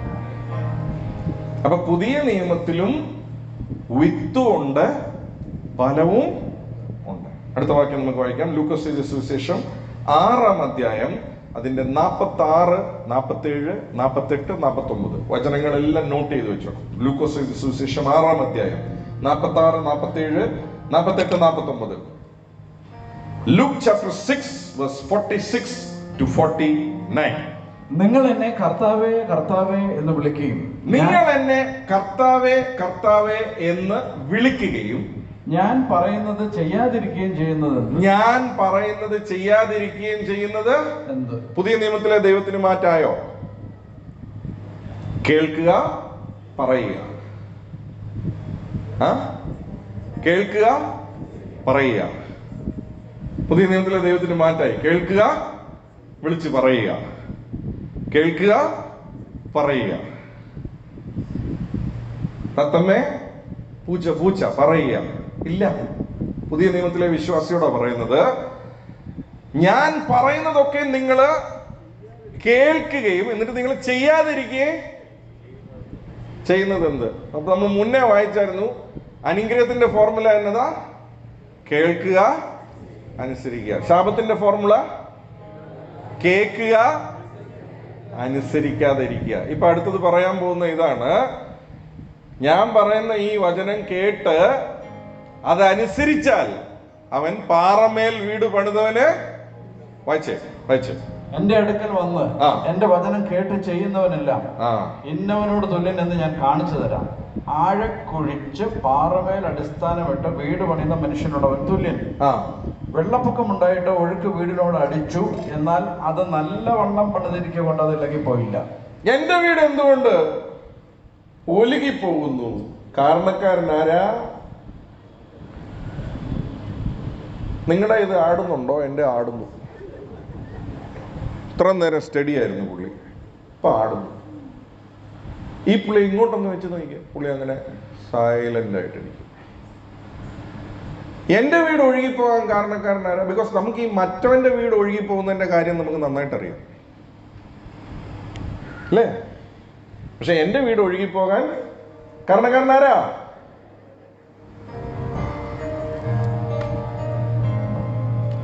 കേൾക്കുക, കേട്ടു അനുസരിക്കാത്തവനെ പറയാ മണൽമേൽ വീട് പണിതവന്, കേട്ടിട്ട് ചെയ്യാത്തവനോ അടിസ്ഥാനം കൂടാതെ മണ്ണിന്മേൽ വീട് പണിത മനുഷ്യനോട് തുല്യൻ. അപ്പം ദൈവവചനത്തിന്റെ അടിസ്ഥാനം കേൾക്കുക. 2-3 പ്രാവശ്യം പറ. 2-3 പ്രാവശ്യം പറ. കേൾക്കുക, അനുസരിക്കുക. കേൾക്കുക, അനുസരിക്കുക. കേൾക്കുക, അനുസരിക്കുക. ഓക്കെ, അടുത്ത വാക്യം നമുക്ക് വായിക്കാം. ഗലാത്യർക്ക് എഴുതിയ ലേഖനം 6:7 വായിക്കപ്പെടുന്നു. ശ്രദ്ധിക്കുക. ഗലാത്യർക്ക് എഴുതിയ ലേഖനം 6-ാം അധ്യായം അതിന്റെ 7-ാമത്തെ വാക്യം വായിക്കപ്പെടുന്നു. ശ്രദ്ധിക്കുക. നമ്മളിപ്പോ നോക്കുന്ന പുതിയ നിയമത്തിലെ ദൈവത്തിന് വല്ല മാറ്റമായോ എന്നുള്ളതാണ്. മാറ്റമൊന്നും ആയിട്ടില്ല. ഗലാത്യർക്ക് എഴുതിയ ലേഖനം 6:7. വഞ്ചനപ്പെടാതിരിപ്പിൻ. അപ്പം ഓർത്തോണം, പിശാചിന്റെ ഏറ്റവും വലിയ ടാക്ടിക്കാണ് ഈ കേട്ടാ മതി പറഞ്ഞാ മതി എന്നുള്ളത്. വഞ്ചനപ്പെടാതെ ഇത് ലേഖനങ്ങളിലാണ് എഴുതിയിരിക്കുന്നത്. അപ്പം വിശ്വാസി വഞ്ചിക്കപ്പെടാനുള്ള ഏറ്റവും വലിയ തന്ത്രം, പുതിയ നിയമത്തിലുള്ള വിശ്വാസി വഞ്ചിക്കപ്പെടാനുള്ള ഏറ്റവും വലിയ പിശാചിന്റെ തന്ത്രം എന്നതാ? നീ കേട്ടോ,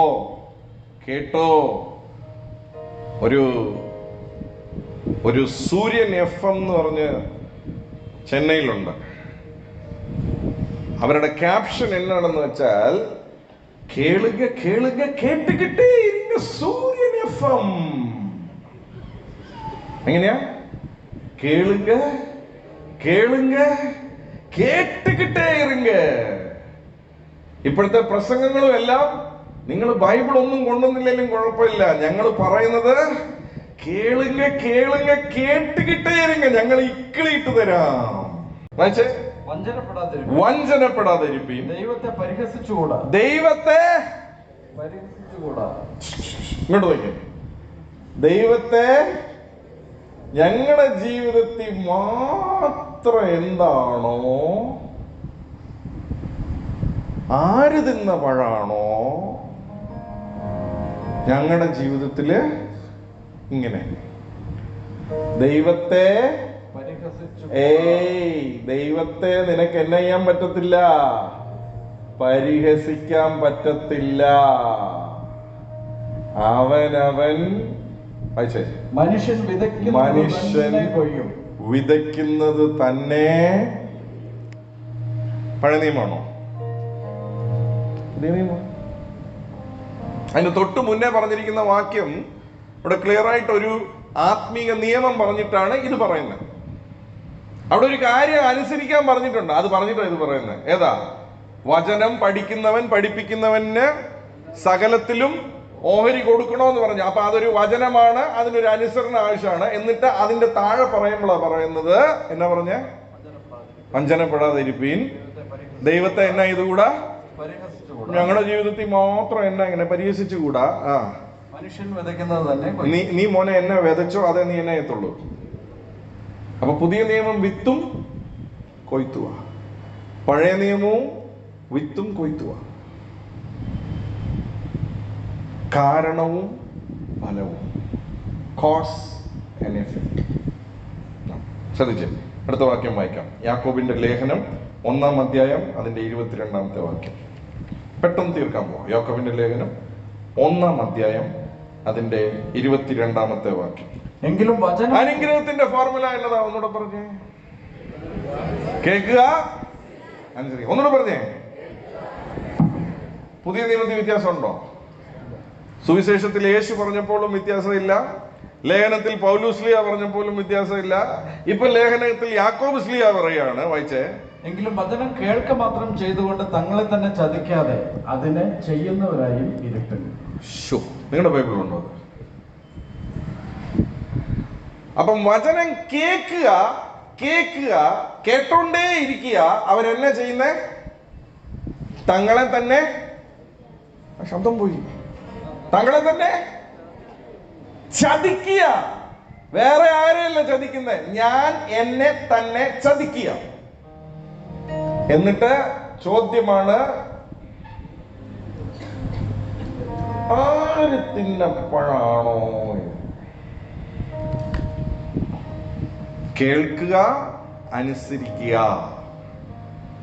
വചനം കേൾക്കുന്നവരായി മാത്രമല്ലാതെ അനുസരിക്കുന്നവരായും തങ്ങളെ തന്നെ ചതിക്കാതെ അതിനെ ചെയ്യുന്നു. എന്തുകൊണ്ടാ ചതിക്കാതെ എന്ന് വെച്ചെന്നറിയാവോ? കേൾക്കുക അനുസരിക്കാതെയും ചെയ്യുന്നത് ഏതിന്റെ ഫോർമുലയാ? ശബ്ദം ഉയർത്തി പറ. ഏതിന്റെ ഫോർമുലയാ? ഇതിനകത്തൊന്നും വലിയ മോഡസ്റ്റി കാണിച്ചിട്ട് കാര്യമില്ല. ഇത് നല്ല കടിച്ചു പൊട്ടിക്കുന്നത് പോലെ പറ, എന്നിട്ട് ജീവിതത്തിൽ അത് മാറ്റും. ഒത്തിരി മോഡസ്റ്റി കാണിക്കണ്ട. അനുഗ്രഹം പറയാനുള്ള വാഗൊണ്ട് തന്നെ ശാപം പറഞ്ഞോ? ശാപമെന്ന് വാഗൊണ്ട് പറഞ്ഞുകൊണ്ട് വരത്തില്ല. അപ്പുറത്തോട് മുഖത്ത് നോക്കി പറഞ്ഞു, ശാപമെന്ന് വാഗൊണ്ട് പറഞ്ഞുകൊണ്ട് ജീവിതത്തിൽ ശാപം വരത്തില്ല. പക്ഷേ അതിനൊരു ഫോർമുല ഉണ്ട്. കേൾക്കുകയും അനുസരിക്കാതെ ഇരിക്കുകയും ചെയ്ത നീ വാഗൊണ്ടല്ല, തല കൊണ്ടല്ല, മൂക്കൊണ്ടല്ല, ഒന്നും കൊണ്ടും പറഞ്ഞില്ലെങ്കിൽ അത് ജീവിതത്തിൽ വരും. അതാ ഇപ്പൊ കേട്ടോ. ഇതാണോ കേൾക്കാൻ സുഖം? നിങ്ങൾക്ക് സുഖമല്ലാന്ന് എനിക്കറിയാം. ഇത് നിങ്ങളെ സുഖിപ്പിക്കുന്ന സാധനമല്ല എന്നുള്ളത് എനിക്ക് നന്നായിട്ട് അറിയാം. ദൈവവചനം നമ്മളെ സുഖിപ്പിക്കുന്നതല്ല എന്നുള്ളത് ആദ്യം പിടികിട്ടട്ടെ ദൈവമക്കൾക്ക്. പക്ഷെ ദൈവവചനം അനുസരിച്ച് ഞാൻ അനുസരിച്ച എന്റെ ജീവിതം സുഖമായി തീരും.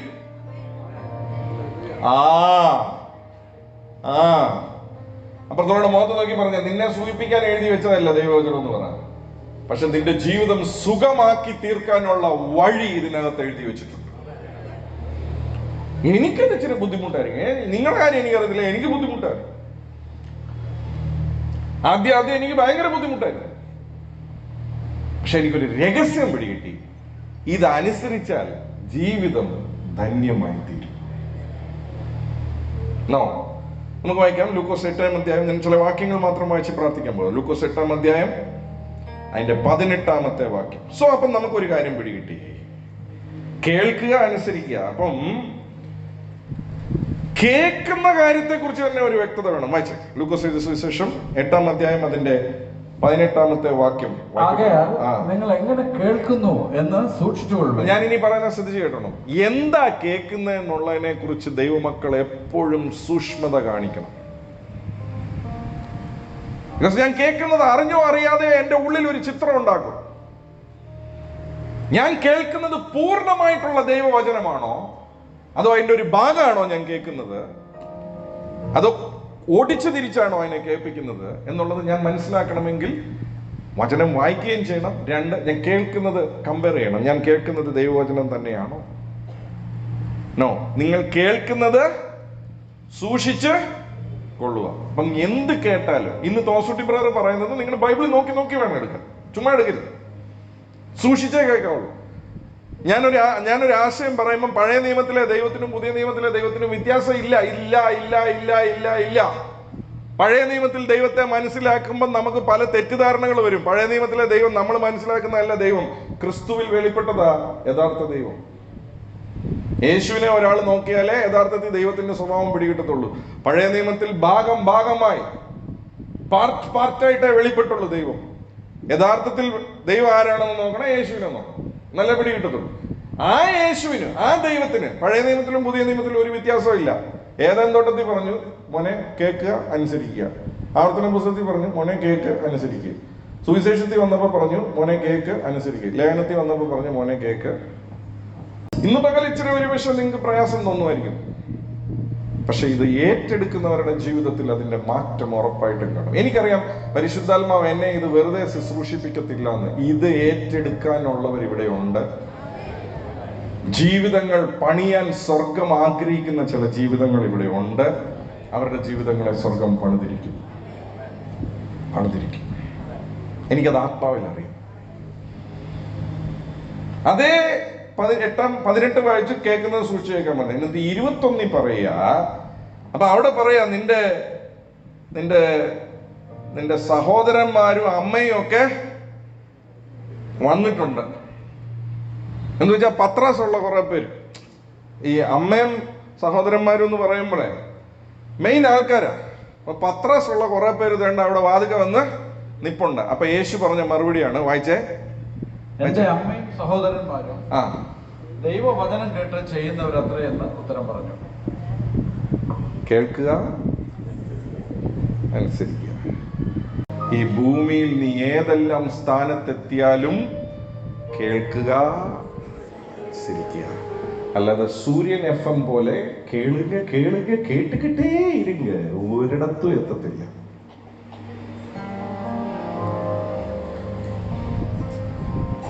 കേൾക്കുക. അപ്പം ഇത്രയും കാര്യം നിങ്ങൾക്ക് പിടികിട്ടിയോ? പുതിയ നിയമത്തിലും പഴയ നിയമത്തിലും ദൈവത്തിന് മാറ്റമില്ല എന്നുള്ളത് എത്ര പേർക്ക് പിടികിട്ടി? പഴയ നിയമത്തിലെ ദൈവത്തിന്റെ പ്രതീക്ഷയും പുതിയ നിയമത്തിലെ ദൈവത്തിന്റെ പ്രതീക്ഷയ്ക്കും ഒരു മാറ്റവും ഇല്ല എന്ന് എത്ര പേർക്ക് പിടികിട്ടി? പഴയ നിയമത്തിലെ അനുഗ്രഹത്തിന്റെ ഫോർമുല എന്നതാ? പുതിയ നിയമത്തിലെ അനുഗ്രഹത്തിന്റെ ഫോർമുല എന്നാ?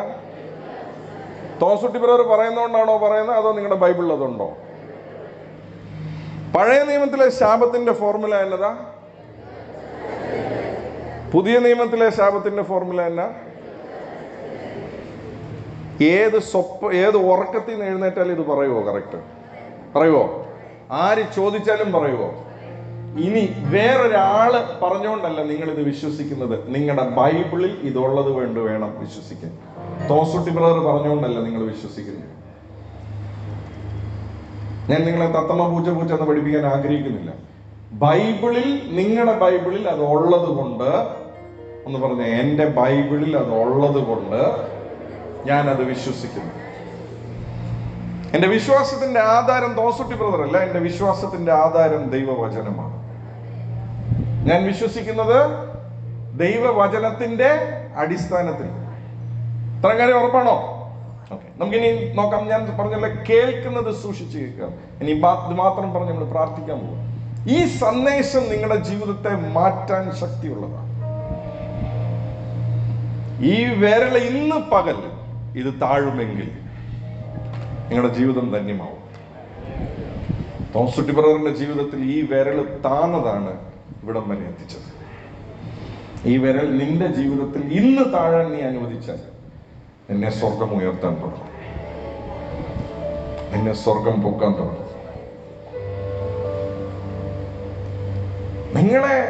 നിങ്ങളെ മാനിക്കുന്നതാണ് അപ്പന്റെ ആഗ്രഹം. പഴയ നിയമത്തിൽ പറയാ, ഇസ്രായേലിനെ അനുഗ്രഹിക്കുന്നത് അത്ര എന്റെ അഭിലാഷം, എന്റെ ആഗ്രഹം.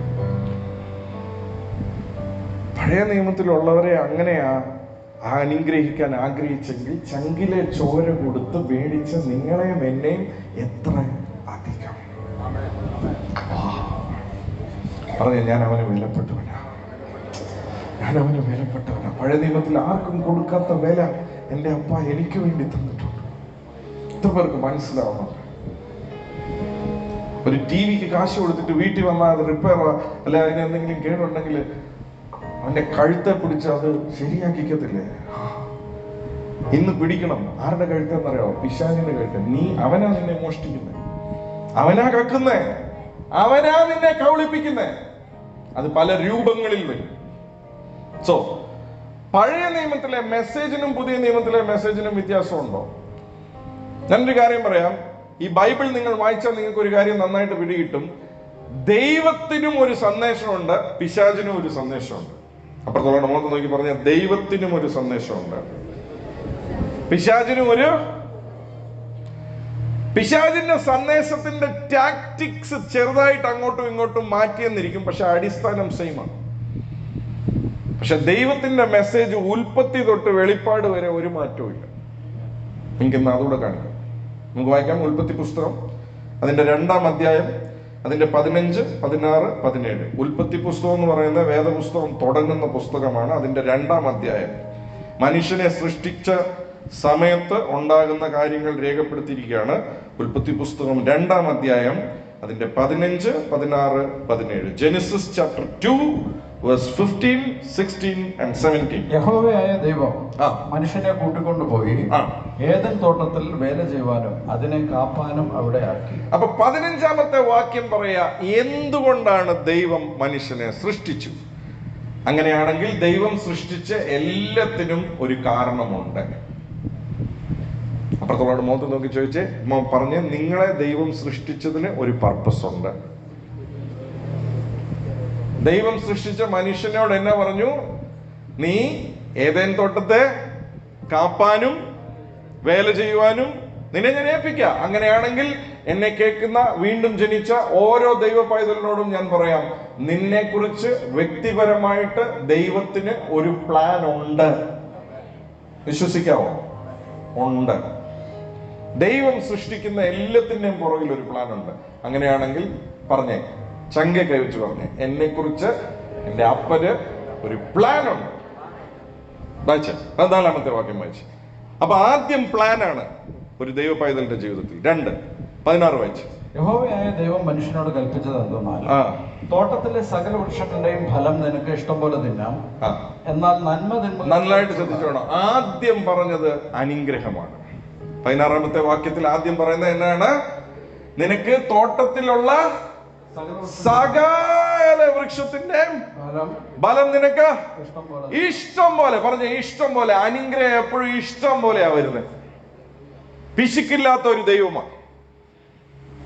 നിങ്ങൾ ഞാനും ആരാധിക്കുന്ന ദൈവം പിശുക്കുള്ള ദൈവമല്ല, അനുഗ്രഹിക്കുമ്പോൾ ധാരാളമായി നൽകുന്ന ദൈവമാണ്. നിങ്ങൾ നോക്കിക്കേ, ദൈവത്തിന്റെ സൃഷ്ടി നോക്കിക്കേ, കടൽ നോക്കിക്കേ, ആകാശം നോക്കിക്കേ, എവിടെയെങ്കിലും ദൈവത്തിന്റെ സൃഷ്ടിയിൽ പിശുക്കുണ്ടോ? പിശുക്ക് കയറിയത് നമുക്കാ. എന്റെ അപ്പൻ ഒരു പിശുക്കുമില്ല. അനുഗ്രഹിച്ചപ്പോൾ പറഞ്ഞു, ഇതിനകത്തുള്ള സകലതിന്റെയും ഫലം നീ കഴിച്ചാൽ മതി എന്ന് പറയാറുന്നല്ലോ. എന്തുകൊണ്ടാ പറഞ്ഞേ? ധാരാളമായി. പറഞ്ഞേ, എന്നെ ധാരാളമായി അനുഗ്രഹിക്കുന്നവനാണ്, ഇഷ്ടം പോലെ അനുഗ്രഹിക്കുന്നവനാണ്. അനുഗ്രഹം പറഞ്ഞിട്ട് അടുത്തത് പറയാണ്, 17-ാമത്തെ വാക്യം പറയാണ്, വായിച്ചേ. എന്നാൽ നന്മ തിന്മകളെ കുറിച്ചുള്ള അറിവിന്റെ വൃക്ഷത്തിൻ ഫലം തിന്നരുത്, തിന്നുന്ന നാളിൽ നീ മരിക്കും. അനുഗ്രഹം പറഞ്ഞതിന് ശേഷം അനുസരിക്കേണ്ട ഒരു വചനവും പറഞ്ഞു. കേൾക്കുക. അനുഗ്രഹത്തിന്റെ അടിസ്ഥാനം കേൾക്കുക, ശാപത്തിന്റെ അടിസ്ഥാനം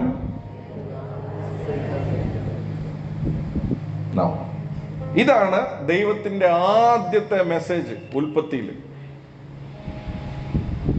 ഒത്തിരി കാര്യം എനിക്ക് കാണിക്കാം, അതൊന്നും കാണിച്ചിട്ട് പ്രയോജനമില്ല. ഇത്ര സാധനം തലേ കയറാത്തവന് നീ എത്ര കാണിച്ചിട്ടും കാര്യമില്ല. പക്ഷെ ഇത്രയും സാധനം തലേ കയറാൻ ആഗ്രഹിക്കുന്നവന് ഇത്രയും മതി കയറും. ഇപ്പൊ തന്നെ കുറെ എനിക്ക് കേറുന്നുണ്ട് ബ്രദർ എന്ന് പറയുന്നവർ മാത്രം ഒരു ഹല്ലേലൂയ പറഞ്ഞു. അതങ്ങനെ നേരെ നിങ്ങളുടെ ബൈബിളിലെ ലാസ്റ്റ് ബുക്കിൽ വന്ന വെളിപ്പാട് പുസ്തകം. ദൈവത്തിന്റെ സന്ദേശത്തിന് ഒരു മാറ്റവുമില്ല. വെളിപ്പാട് പുസ്തകത്തിലേക്ക് വരാം. 22-ാം അധ്യായം. ഉൽപ്പത്തി പുസ്തകത്തിൽ അനുഗ്രഹിക്കുന്ന ഒരു ദൈവം. ചിലത് പ്രവർത്തിക്കരുത്, നീ അത് പ്രവർത്തിച്ചാൽ നിനക്ക് നാശം ഉണ്ടാവും. പക്ഷെ നീ പ്രവർത്തിക്കാതിരുന്നാൽ നിനക്ക് അനുഗ്രഹം ഉണ്ടാവും പറഞ്ഞ ദൈവം. വെളിപ്പാട് പുസ്തകത്തിൽ വരുമ്പോൾ ദൈവം മനുഷ്യനായി ഭൂമിയിൽ വന്നു. ഇതുപോലൊരു ദിവസം കാൽവറി ക്രൂശിൽ മരിച്ചു, യാഗമായി. 3-ാം ദിവസം ഉയർത്തെഴുന്നേറ്റു. അത് കഴിഞ്ഞ് സുവിശേഷം അറിയിക്കപ്പെടുന്നു. ഈ കഴിഞ്ഞ 2000 വർഷങ്ങളായി പുതിയ സൃഷ്ടികൾ ഓരോ ദിവസവും വീണ്ടും ജനിക്കുന്നു. എന്നിട്ട് ലാസ്റ്റിൽ വരാൻ പോവാ യേശുവിന്റെ വരവ്. അവിടേക്ക് വരുമ്പോൾ അവിടെ ഒരു മെസ്സേജ് ഉണ്ട്, ലാസ്റ്റ് മെസ്സേജ്. വെളിപ്പാട് പുസ്തകം 22-ാം അധ്യായം 7-ാമത്തെ വാക്യം നമുക്ക് വായിക്കാം. ഇതാ ഞാൻ വേഗത്തിൽ വരുന്നു, ഇതാ ഞാൻ വേഗത്തിൽ വരുന്നു. ഈ പുസ്തകത്തിലെ പ്രവചനം പ്രമാണിക്കുക, ഈ പുസ്തകത്തിലെ പ്രവചനം കേൾക്കുക, കേൾക്കുക, കേട്ടോണ്ടേ ഇരിക്കുക എന്ന് പറയുന്നവന് വേണ്ടി ഞാൻ വരുന്നു. അല്ല അല്ല അല്ല, ഈ പുസ്തകത്തിലെ പ്രവചനങ്ങൾ പ്രമാണിക്കുന്നവൻ പറഞ്ഞേ, കേൾക്കുക, അനുസരിക്കുക. ഉൽപ്പത്തിയിൽ എന്നതാണ്? കേൾക്കുക. നാക്കിറങ്ങിപ്പോയോ? കേൾക്കുക. ബൈബിളിലെ അവസാനത്തെ പുസ്തകത്തിൽ അവസാനത്തെ മെസ്സേജിലും കേൾക്കുക, കേൾക്കുകയും അനുസരിക്കുകയും ചെയ്യുന്നവന് വേണ്ടിയാ യേശു വരുന്നത്. ആഹാ, കേൾക്കുകയും അനുസരിക്കുകയും ചെയ്യുന്നവന് വേണ്ടി ഒരുത്തൻ വരുന്നുണ്ട്. ഇനി തിരിച്ചു വരും. കേൾക്കുക, ഈ പുസ്തകത്തിലെ പ്രവചനം പ്രമാണിക്കുന്നവൻ ഭാഗ്യവാൻ എന്ന് പറഞ്ഞു. ഭാഗ്യവാൻ, ബ്ലെസ്സഡ് എന്നാ പറയുന്നത്. അനുഗ്രഹത്തിന്റെ ഫോർമുല പഴയ നിയമത്തിൽ എന്താണ്? അനുഗ്രഹത്തിന്റെ ഫോർമുല ഉൽപ്പത്തിയിൽ എന്താണ്? അനുഗ്രഹത്തിന്റെ ഫോർമുല ആവർത്തന പുസ്തകത്തിൽ എന്താണ്? അനുഗ്രഹത്തിന്റെ ഫോർമുല സുവിശേഷങ്ങളിൽ എന്താണ്? അനുഗ്രഹത്തിന്റെ ഫോർമുല ലേഖനങ്ങളിൽ എന്താണ്? അനുഗ്രഹത്തിന്റെ ഫോർമുല വെളിപ്പാട് പുസ്തകത്തിൽ എന്താണ്? തോമസ് ബ്രദർ പറഞ്ഞുകൊണ്ടാണോ? അത് നിങ്ങളുടെ ബൈബിളിൽ അങ്ങനെ ഉണ്ടോ? അപ്പൊ ഞാൻ ചോദിക്കട്ടെ, ദൈവത്തിന് വല്ല മാറ്റവും വന്നിട്ടുണ്ടോ? ഒരു മാറ്റവും ഇല്ല. എഴുതി പോയി, ദൈവത്തിന് ഒരു മാറ്റവും ഇല്ല. പിന്നെ മാറേണ്ടത് ആരാ? ഞാനാ മാറേണ്ടത്. സ്വന്തം ചങ്കെ കൈവച്ച് ഉറപ്പുണ്ടെങ്കിൽ പറ, മാറേണ്ട ആള്. ഒന്നുകൂടെ അടുത്തുള്ള ആളുടെ മുഖത്ത് നോക്കി പറഞ്ഞ, നിനക്ക് വേണ്ടി മാറ്റേണ്ട സകലതും അവൻ മാറ്റി. പറ, നിനക്ക് വേണ്ടി മാറ്റേണ്ട, നിനക്ക് മാറ്റാൻ സാധിക്കാത്ത, നിനക്ക് തള്ളി ഉരുട്ടി മാറ്റാൻ സാധിക്കാത്ത കല്ല് മറിയെ നിനക്ക് വേണ്ടി അവൻ മാറ്റി. ഇനി മാറേണ്ടത് നീയാ, ഇനി മാറേണ്ടത് ഞാനാ. ഈ സത്യം ഈ ദിവസം തിരിച്ചറിഞ്ഞാൽ, പറഞ്ഞ 7-ാമത്തെ വാക്യത്തിൽ പറയാ, കേൾക്കുകയും അനുസരിക്കുകയും ചെയ്യുന്നവൻ ഭാഗ്യവാൻ, അനുഗ്രഹിക്കപ്പെട്ടവനാവൻ. Is blessed. നൗ 12-ാമത്തെ വാക്യം വായിച്ച്. 12-ാമത്തെ വാക്യം. ഇതാ ഞാൻ വേഗം വരുന്നു, ഓരോരുത്തരും അവനവന്റെ പ്രവൃത്തിക്ക് തക്കവണ്ണം കൊടുപ്പാൻ പ്രതിഫലം എന്റെ പക്കൽ ഉണ്ട്. അവനവൻ കേട്ടതനുസരിച്ചെന്നാണോ എഴുതിയിരിക്കുന്നത്? പറ, അവനവൻ കേട്ടതിന്റെ അടിസ്ഥാനത്തിൽ നിന്നാണോ പറഞ്ഞിരിക്കുന്നത്? അതോ അവനവൻ കേട്ടത് പ്രവർത്തിച്ചതിന്റെ? ഒരു നിമിഷം എന്നെ ഒന്ന് ശ്രദ്ധിച്ചേ. ഉൽപ്പത്തി തൊട്ട് വെളിപ്പാട് വരെ ഈ ഭൂമിയിലെ ഫോർമുല കേൾക്കുക, ഇനി മേളിലോട്ട് പോകുമ്പോഴും പ്രതിഫലം അവിടുന്ന് കൊണ്ടുവരാൻ പോകുന്നത് ആർക്കാ? വായിച്ചേ, 12 വായിച്ചേ. അവനവന്റെ പ്രവൃത്തി, ഓരോരുത്തരും അവനവന്റെ പ്രവൃത്തിക്ക് തക്കവണ്ണം കൊടുപ്പാൻ. അപ്പൊ എന്റെ പ്രവൃത്തി ഒരു വിത്താണ്, എന്റെ സ്വർഗീയ ജീവിതത്തെ തീരുമാനിക്കുന്ന. അവിടെ യേശു പറഞ്ഞു, ഞാൻ ക്രൂശിൽ പ്രവർത്തിച്ചതനുസരിച്ച് നിനക്ക് ഞാൻ ബലം തന്നോളാം. അവൻ ക്രൂശിൽ പ്രവർത്തിച്ചതിന്റെ ബലമാണ് നിങ്ങളുടെയും എന്റെയും വീണ്ടും ജനനം. പക്ഷെ വീണ്ടും ജനിച്ചവന്റെ പ്രവൃത്തിയുടെ അടിസ്ഥാനത്തിലാണ് അവന്റെ ഇനി വരാനുള്ള ലോകത്തിലെ ഭരണം. ഓ, എത്ര പേർക്ക് അത് മനസ്സിലാവുന്നുണ്ടെന്ന് എനിക്കറിയത്തില്ല. മനസ്സിലാകുന്നവർക്കായി വായിച്ചേ. 13-ാമത്തെ വാക്യം വായിച്ചേ. ഞാൻ അൽഫയും ഒമേഗയും ഒന്നാമനും ഒടുക്കത്തവനും ആദിയും അന്തവുമാകുന്നു. എന്നുവെച്ചാൽ വേറൊരു വഴി പറഞ്ഞാൽ, ഞാൻ തന്നെ ഉൽപ്പത്തിയും ഞാൻ തന്നെ വെളിപ്പാടും. ഇനി വായിച്ചേ. ഞാൻ അൽഫയും ഒമേഗയും ഒന്നാമനും ഒടുക്കത്തവനും ആദിയും അന്തവുമാകും. ആദിയും അന്തവുമാകും. ആദിയിലും ഫോർമുല കേൾക്കുക, അന്ത്യത്തിലും ഫോർമുല. നിത്യജീവന്റെ ഫോർമുലയും എവിടെയാ നിൽക്കുന്നത്?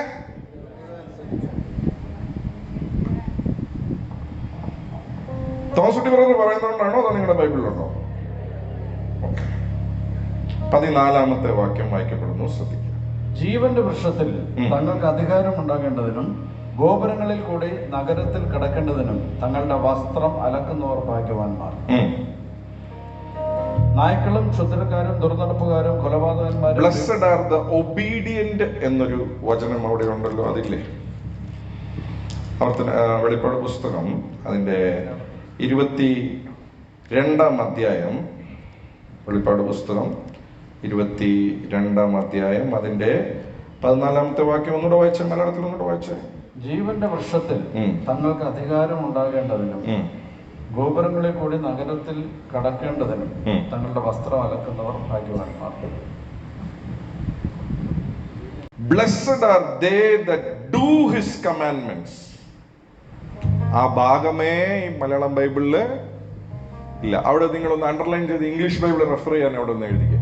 നിങ്ങളുടെ മലയാളം ബൈബിളില് അവിടെ ഒന്ന് അണ്ടർലൈൻ ചെയ്ത് 14-ാമത്തെ വാക്യം ഒന്ന് അണ്ടർലൈൻ ചെയ്തിട്ട് പറഞ്ഞേ, ഇംഗ്ലീഷ് ബൈബിൾ റെഫർ ചെയ്യാൻ പറ.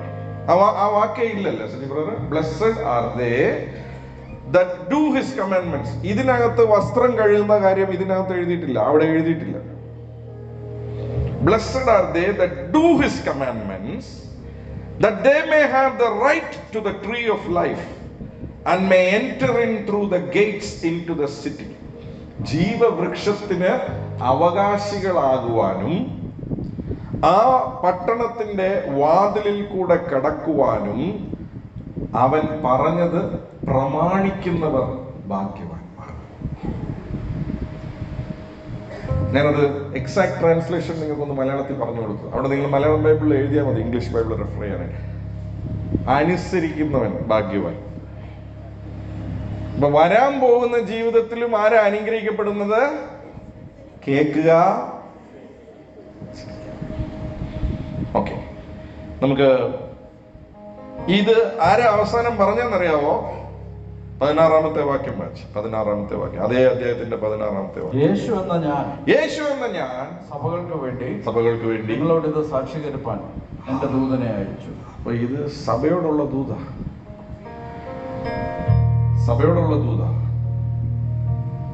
കേൾക്കുക. പറഞ്ഞ 2-3 പ്രാവശ്യം പറഞ്ഞ കേൾക്കുക.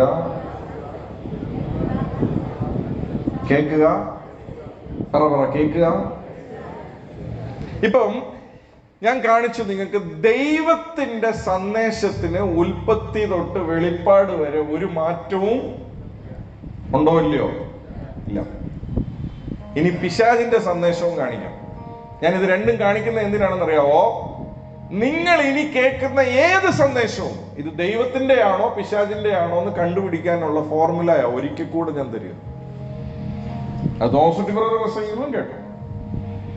ഉൽപ്പത്തി പുസ്തകം 3-ാം അധ്യായം 4-ാമത്തെ വാക്യം, പിശാചിന്റെ ആദ്യത്തെ പ്രസംഗം. അപ്പുറത്തുള്ള മുഖത്ത് നോക്കി പറഞ്ഞ പിശാചിന്റെ ആദ്യത്തെ പരസ്യയോഗം, ഫസ്റ്റ് മിനിസ്ട്രി ബൈ സൈറ്റൻ. ഉൽപ്പത്തി പുസ്തകം 3-ാം അധ്യായം അതിന്റെ 4-ാമത്തെ വാക്യം വായിക്കപ്പെടുന്നു. പാമ്പ് സ്ത്രീയോട് നിങ്ങൾ മരിക്കയില്ല നിശ്ചയം. അത് തിന്നുന്ന നാളിൽ നിങ്ങളുടെ കണ്ണു തുറക്കുകയും നിങ്ങൾ നന്മകളെ അറിയുന്നവരായി ദൈവത്തെ പോലെ ആകുകയും ചെയ്യുമെന്ന് ദൈവം അറിയുന്നു എന്ന് പറഞ്ഞു. ഇതിന്റെ പേരാണ് മോഹന വാഗ്ദാനങ്ങൾ. മോള് കാനഡയ്ക്ക് പോകും, മോൻ പൈലറ്റ് ആകും, വലിയ വീട് കിട്ടും. ഇതൊന്നും ദൈവം പറഞ്ഞിട്ടില്ല, പക്ഷെ പുള്ളി അതിനകത്ത് ഫിറ്റ് ചെയ്യും. ദൈവം പറഞ്ഞത് ഒന്നേ ഉള്ളൂ, മോനെ നിന്റെ പർപ്പസ് ഇതാണ്, നിനക്ക് ഇതിലുള്ള മുഴുവനും ധാരാളമായി കഴിക്കാനുള്ള അനുഗ്രഹം ഞാൻ നിനക്ക് തരിക. ഒരു കാര്യം നീ അനുസരിക്കണം, ഇത് മാത്രം കഴിക്കരുത്, കഴിക്കുന്ന നാളിൽ നീ. പിശാചിന്റെ പ്രസംഗം, നീ ഒരിക്കലും മരിക്കത്തില്ല, നിനക്ക് ഒരു കുഴപ്പവും ഉണ്ടാകത്തില്ല, നീ ഉയർച്ച തന്നെ. എന്നെ വാഴന്നു പോയ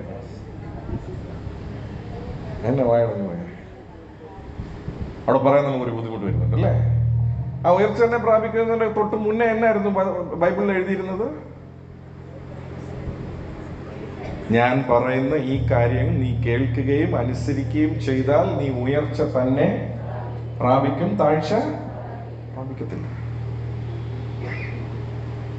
പിശാചിന്റെ പ്രസംഗം, ആദ്യ പ്രസംഗം തൊട്ട് എപ്പോഴും വചനത്തിന്റെ ഒരു ഭാഗം വലിക്കുക, അത് മാത്രം പ്രസംഗിക്കുക. നിങ്ങൾ കേൾക്കുന്നത് എന്തെന്ന് സൂക്ഷിച്ചുകൊള്ളുക. ഉയർച്ച തന്നെ പ്രാപിക്കും എന്ന് പറഞ്ഞാൽ തെറ്റാണെന്നല്ല ഞാൻ പറഞ്ഞത്. ഉയർച്ച തന്നെ പ്രാപിക്കും എന്നുള്ളത് ഉറപ്പായിട്ടും ഉയർച്ച പ്രാപിക്കും. പക്ഷെ ആരാ ഉയർച്ച പ്രാപിക്കുക?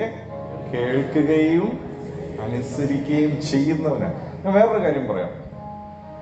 നിങ്ങൾ അനുഗ്രഹം അനുഭവിക്കാൻ വിളിക്കപ്പെട്ടവരാകിയാൽ നിങ്ങൾ അനുഗ്രഹിക്കുന്നവരായി. ഇത് എത്ര പ്രാവശ്യം നമ്മൾ പറഞ്ഞു കാണും? ഇത് എത്ര പ്രാവശ്യം നമ്മൾ പറഞ്ഞു കാണും? ഉയർച്ച തന്നെ പോട്ടെ, അവിടെ മാറ്റിയിട്ടിട്ട് ഇത് എത്ര പ്രാവശ്യം നമ്മൾ പറഞ്ഞു കാണും?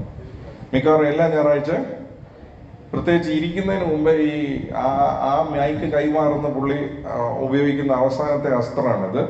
ഇരിക്കുന്നതിന് മുമ്പേ എല്ലാവരും അനുഗ്രഹം അനുഭവിക്കാൻ വിളിക്കപ്പെട്ടവരാകിയാൽ നിങ്ങൾ എല്ലാവരും അങ്ങോട്ടും ഇങ്ങോട്ടും ഒന്ന് അനുഗ്രഹിച്ചത്. പക്ഷെ നിങ്ങൾക്കറിയാം, ആ വാക്യത്തിന് ഇതുപോലെ തന്നെ ഇതിന്റെ മുന്നേ വേറൊരു സാധനമുണ്ട്.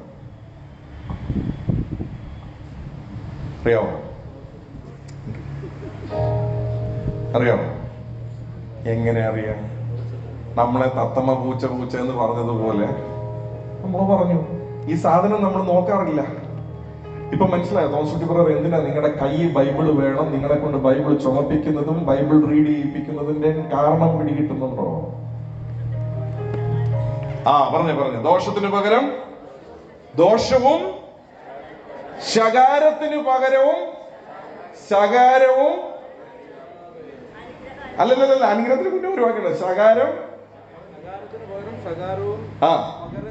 പകരം ചെയ്യാതെ, ഒരെണ്ണം ചെയ്യാതെ ഇരുന്നിട്ട് വേണം ഒരെണ്ണം ചെയ്യാൻ.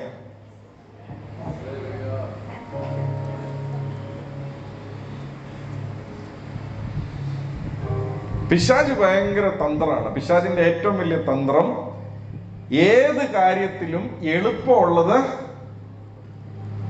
മാത്രം പറയുക. സോ പിശാചിന്റെ പ്രസംഗം എന്നതാണ്, നീ ഒരിക്കലും മരിക്കത്തില്ല, നിനക്ക് ഒരു കുഴപ്പവും ഉണ്ടാകത്തില്ല, നീ തന്നെ താഴണമെന്ന് ചിന്തിച്ചാലും നീ ഇനി താഴത്തില്ല, നിനക്കിനി ഒരിക്കലും തോക്കാൻ പറ്റത്തില്ല, നീ എടുത്ത് ചാടിക്കും. അടുത്ത അത് ഞാനതാ പറയുന്നത്. അപ്പൊ പഴയ നിയമത്തിൽ പുള്ളി അത് പറഞ്ഞു, പുതിയ നിയമത്തിൽ നോക്കിയ പുള്ളിയുടെ പ്രസംഗം യേശുവിനോട് തന്നെ പ്രസംഗിച്ചതാ. ലൂക്കോസ് 4-ാം അധ്യായം 9 തൊട്ട് 11 വരെ. ഞാൻ കഴിഞ്ഞ പ്രാവശ്യം ഇത് പറഞ്ഞതായോണ്ട് ഞാൻ വായിപ്പിക്കുന്നില്ല. അവൻ ഇങ്ങനെ എഴുതിയിരിക്കുന്നു. എങ്ങനെ എഴുതിയിരിക്കുന്നു? നീ ചാടിക്കോ, അവൻ എന്നെയും തന്റെ ദൂതന്മാരെ തരും കൈകളിൽ താങ്ങാനായിട്ട്. ചാടിക്കോ മോനെ. പക്ഷെ അധ്യായം തുടങ്ങുന്നത് ഇങ്ങനെയാണ്. എങ്ങനെയാ തുടങ്ങുന്നത്? 91-ാം സങ്കീർത്തനം തുടങ്ങുന്നത്, അത്യുന്നതന്റെ മറവിൽ വസിക്കുകയും സർവശക്തന്റെ നിഴലിൻ കീഴിൽ പാർക്കുകയും ചെയ്യുന്നവൻ യഹോവയെ അവൻ എന്റെ സങ്കേതവും എന്റെ കോട്ടയും എന്ന് പറയുന്നവനെ കുറിച്ചാണ് താഴോട്ട്. യേശു പറഞ്ഞു, മോനെ ചാടാൻ പറഞ്ഞതുപോലെ തന്നെ അപ്പുറത്ത് എഴുതിയിട്ടുണ്ട്, നിന്റെ ദൈവമായ കർത്താവിനെ പരീക്ഷിക്കരുതെന്ന് എഴുതിയിട്ടുണ്ട്. അതാണ് പരിജ്ഞാനം. പിശാചിന്റെ പ്രസംഗത്തിന് എന്തെങ്കിലും മാറ്റമുണ്ടോ? അവിടെയും പറഞ്ഞു ഒരു കുഴപ്പവും വരത്തില്ല, കഴിച്ചു. എക്സ്ട്രാ ഫിറ്റിങ്ങും ചെയ്തു, നിങ്ങൾ കുറച്ചുകൂടെ നന്നായി വരും. അവർ ഓൾറെഡി ദൈവത്തെ പോലെ ഇരിക്കുക, അവർ നല്ലൊരു ഇതിൽ നിൽക്കുക, ദൈവത്തിന്റെ സൃഷ്ടിയായിട്ട് ഏറ്റവും ബെസ്റ്റ് ആയിട്ട് നിൽക്കുക. അവരെ പറയാം, നീ ഇനിയും കുറച്ചുകൂടെ നന്നാവും, നീ കുറച്ചുകൂടെ നന്നായിക്കോളും, കുറച്ചുകൂടെ നിനക്ക് പ്രൊമോഷൻ കിട്ടും, കുറച്ചുകൂടെ നിനക്ക് നന്മ കിട്ടും, കുറച്ചുകൂടെ നിനക്ക് ഇത് കിട്ടും, അത് കിട്ടും. അത് മാത്രം പ്രസംഗിക്കുന്ന ഓർത്തോണം. ആ പ്രസംഗം ആരുടെയാ? ആരും വേണ്ടുന്നില്ല. നമുക്ക് ലേഖനത്തിലേക്ക് വരാം. 2 കൊരിന്ത്യർ 2-ാം അധ്യായം അതിന്റെ 9, 10, 11 വാക്യങ്ങൾ വായിക്കപ്പെടുന്നു, ശ്രദ്ധിക്കുക. അതിന്റെ ബാക്ക്ഗ്രൗണ്ട് ഞാൻ പറയാം. അവിടെ പൗലോസ് അത് എഴുതുമ്പോൾ ഒരു വ്യക്തിയോട് ക്ഷമിക്കുന്ന കാര്യത്തെക്കുറിച്ച് എഴുതി വരുമ്പോഴാണ് അത് പറയുന്നത്. അതുകൊണ്ട് നിങ്ങൾ വീട്ടിൽ പോയി അത് വായിക്കണം. ഞാൻ കുറച്ചു മുമ്പേ അനുഗ്രഹത്തിന്റെ കാര്യം പറഞ്ഞല്ലോ. ദോഷത്തിന് പകരം ദോഷവും ശകാരത്തിന് പകരം ശകാരവും ചെയ്യാതെ, പകരം ചെയ്യാതെ. അപ്പം അവിടെ പറയുകയാണ്, 9-ാമത്തെ വാക്യം വായിച്ചേ. നിങ്ങൾ സകലത്തിലും അനുസരണമുള്ളവരോ എന്ന് പരീക്ഷിച്ചറിയേണ്ടതിനുമായിരുന്നു ഞാൻ എഴുതിയത്. അപ്പം പൗലോസ് പറയാ, നിങ്ങൾ സകലത്തിലും കേൾക്കുന്നവരാണോ എന്ന് പരീക്ഷിക്കാനല്ല ഞാൻ എഴുതിയത്, പിന്നെ നിങ്ങൾ സകലത്തിലും അനുസരണമുള്ളവരോ. അനുഗ്രഹത്തിന്റെ ഫോർമുല. അനുഗ്രഹം യഥാർത്ഥത്തിൽ പ്രസംഗിക്കുന്ന അപ്പോസ്തലൻ അനുസരണം പ്രസംഗിക്കും. ഞാൻ വീണ്ടും പറയാം, അനുഗ്രഹം യഥാർത്ഥത്തിൽ പ്രസംഗിക്കുന്ന ഒരു ദേവദാസൻ അനുസരണം പ്രസംഗിക്കും. അനുസരണം പ്രസംഗിക്കാത്ത അനുഗ്രഹവും അത്ഭുതവും ദൈവത്തിൽ നിന്നുള്ളതല്ല. It cannot be from God. Now, വായിച്ചു 2 കൊരിന്ത്യർ. അപ്പം വചനം പറയാണ്, നിങ്ങളുടെ അനുസരണം. വായിച്ചേ. ഇനി 11-ാമത്തെ വാക്യം വായിക്കാം. അത് അവിടെ ക്ഷമയെ കുറിച്ചാണ് പറയുന്നത്. അപ്പൊ ക്ഷമിക്കുന്നവരാണോ നിങ്ങൾ ക്ഷമിക്കണം എന്ന് പറഞ്ഞിട്ടാണ് പറയുന്നത്. 11-ാമത്തെ വാക്യം വായിച്ചേ. സാത്താൻ നമ്മെ തോൽപ്പിക്കരുത്. സാത്താൻ നമ്മെ എന്നയരുത്, തോൽപ്പിക്കരുത്. അവന്റെ തന്ത്രങ്ങളെ നാം അറിയാത്തവരല്ല. അവന്റെ തന്ത്രങ്ങളെ നാം ക്ഷമിക്കുന്ന കാര്യം പറഞ്ഞിട്ടാ പറയുന്നത്. അപ്പൊ ക്ഷമിക്കാതെ ഇരിക്കുക എന്ന് പറഞ്ഞാൽ അത് ആരുടെ തന്ത്ര? സാത്താന്റെ തന്ത്ര. പക്ഷെ നമ്മളത് ഒരിക്കലും മനസ്സിലാക്കിയിട്ടില്ല അത് സാത്താന്റെ തന്ത്രമാണെന്ന്. ദൈവവചനം എന്നോട് ക്ഷമിക്കാൻ പറഞ്ഞ പത്രോസ് പോയിട്ട് ചോദിച്ചു, ഞാൻ ഒരു തെറ്റ് ഒരാൾ എന്നോട് ചെയ്തിട്ട് 7 പ്രാവശ്യം ക്ഷമിച്ചാൽ മതിയോ ഗുരുവേ? പുള്ളി ചിന്തിച്ചു 7 പ്രാവശ്യം, ഓക്കെ പത്രോസേ, വെരി ഗുഡ് എന്ന് പറയുമെന്നാ ചിന്തിച്ചു. പത്രോസിനോട് യേശു പറഞ്ഞു, മോനെ 7 അല്ലടാ, 70 വട്ടം ക്ഷമിക്കണം. ഒരുത്തൻ ഒരു ദിവസം ഒരേ സാധനം 490 പ്രാവശ്യം ചെയ്യുമ്പോൾ അവൻ തന്നെ മടുത്തു, ക്ഷമിച്ച് ഇവനും മടുത്തു. യേശു പറഞ്ഞു 70 വട്ടം തന്നെ ചെയ്യണം, ക്ഷമിക്കാം 490 പ്രാവശ്യം.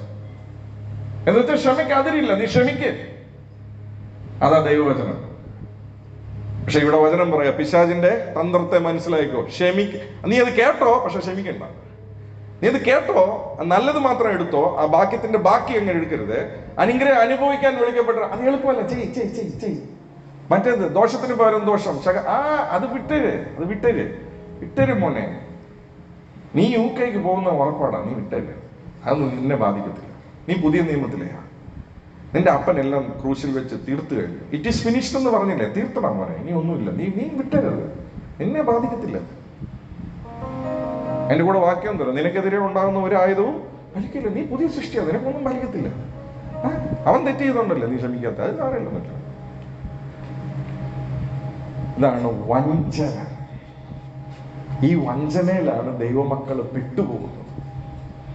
എന്നിട്ട് നമുക്കത് തിരിച്ചറിയുന്നില്ല.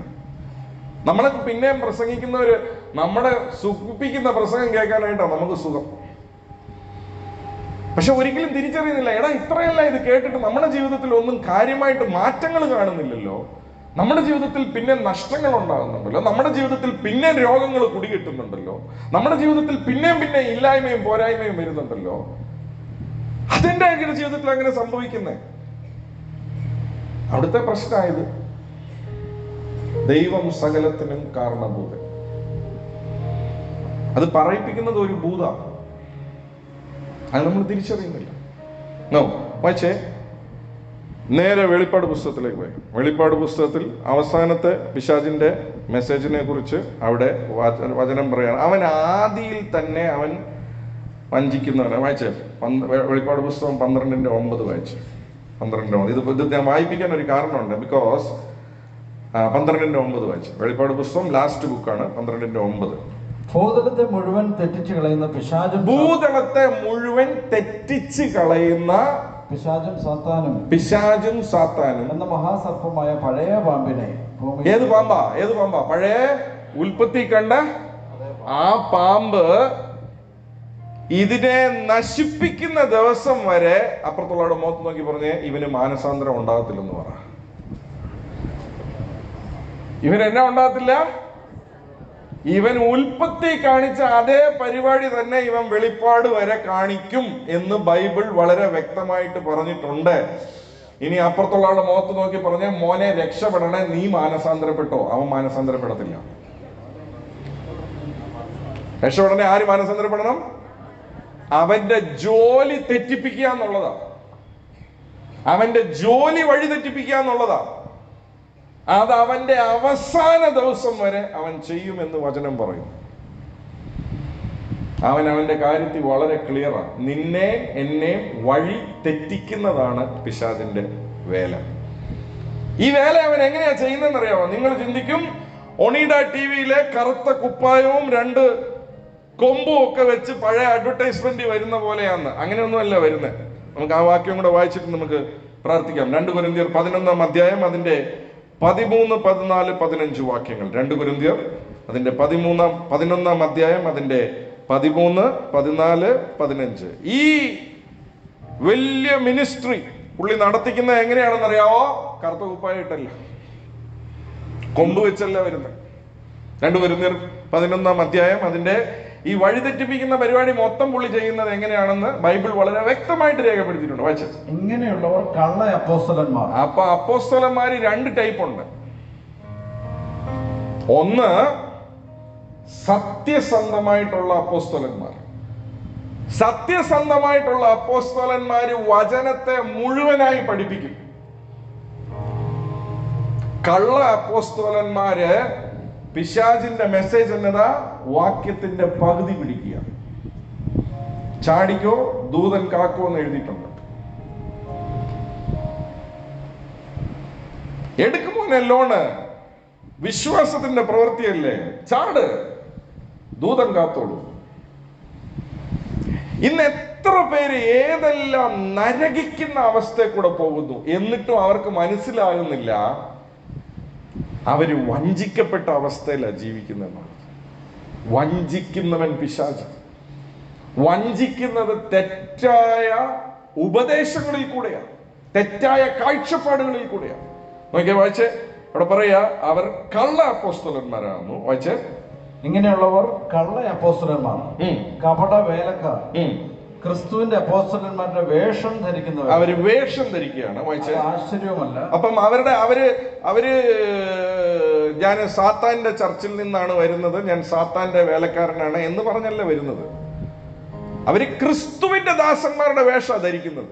അതുകൊണ്ടാണ് ഞാൻ ദൈവമക്കളോട് പറയുന്നത്, എന്നെ കേൾക്കുന്ന ദൈവമക്കളെ ഞാൻ കൈകൂപ്പി നിങ്ങളോട് പറയുക, നിങ്ങളൊരു വിശ്വാസിയാണോ, ദയവ് ചെയ്ത് നിങ്ങൾക്കൊരു ബൈബിള് വേണം, നിങ്ങൾക്കൊരു വ്യക്തിപരമായ പ്രാർത്ഥനാ സമയം വേണം, നിങ്ങൾക്ക് വ്യക്തിപരമായ വചന വായന വേണം, നിങ്ങൾക്ക് വ്യക്തിപരമായി യേശു എന്ന വ്യക്തിയുമായി, നിങ്ങളെ രക്ഷിച്ചവനുമായി നിങ്ങൾക്കൊരു ബന്ധമില്ലെങ്കിൽ, വചനം എന്ന മായമില്ലാത്ത ഈ പാല് നിങ്ങൾ കുടിക്കുന്നില്ലെങ്കിൽ നിങ്ങളെ പിശാച് അമ്മാനമാടും. ഇന്നൊരു വിഷയം തോമസ് പറഞ്ഞ നിങ്ങളെ ശത്രുവായിരിക്കും, നാളെ ഒരു ദിവസം വരുമ്പോൾ നിങ്ങൾ തിരിച്ചറിയും. വീണ്ടും പറയാം, ഉപദേശത്തിന്റെ ഒരു കൊടുങ്കാറ്റ്, എല്ലാ വൺ സൈഡഡ് ഡോക്ട്രിൻസും പരിശുദ്ധാത്മാവ് പൂട്ടാൻ പോവാ ഈ ലോകത്ത്. അതുകൊണ്ട് തന്നെ അതിന്റെ പരമാവധി അത് കൊണ്ടുപോകാൻ പറ്റുന്നവരെയും കൊണ്ട് അത് കൊണ്ടുപോകും. അത് ഇന്ന് തോമസ് പറയുമ്പോൾ നിങ്ങൾക്ക് അത് പിടികിട്ടില്ല, വീശുമ്പോൾ നിങ്ങൾക്ക് അറിയും, കേറി വരുമ്പോ അറിയും.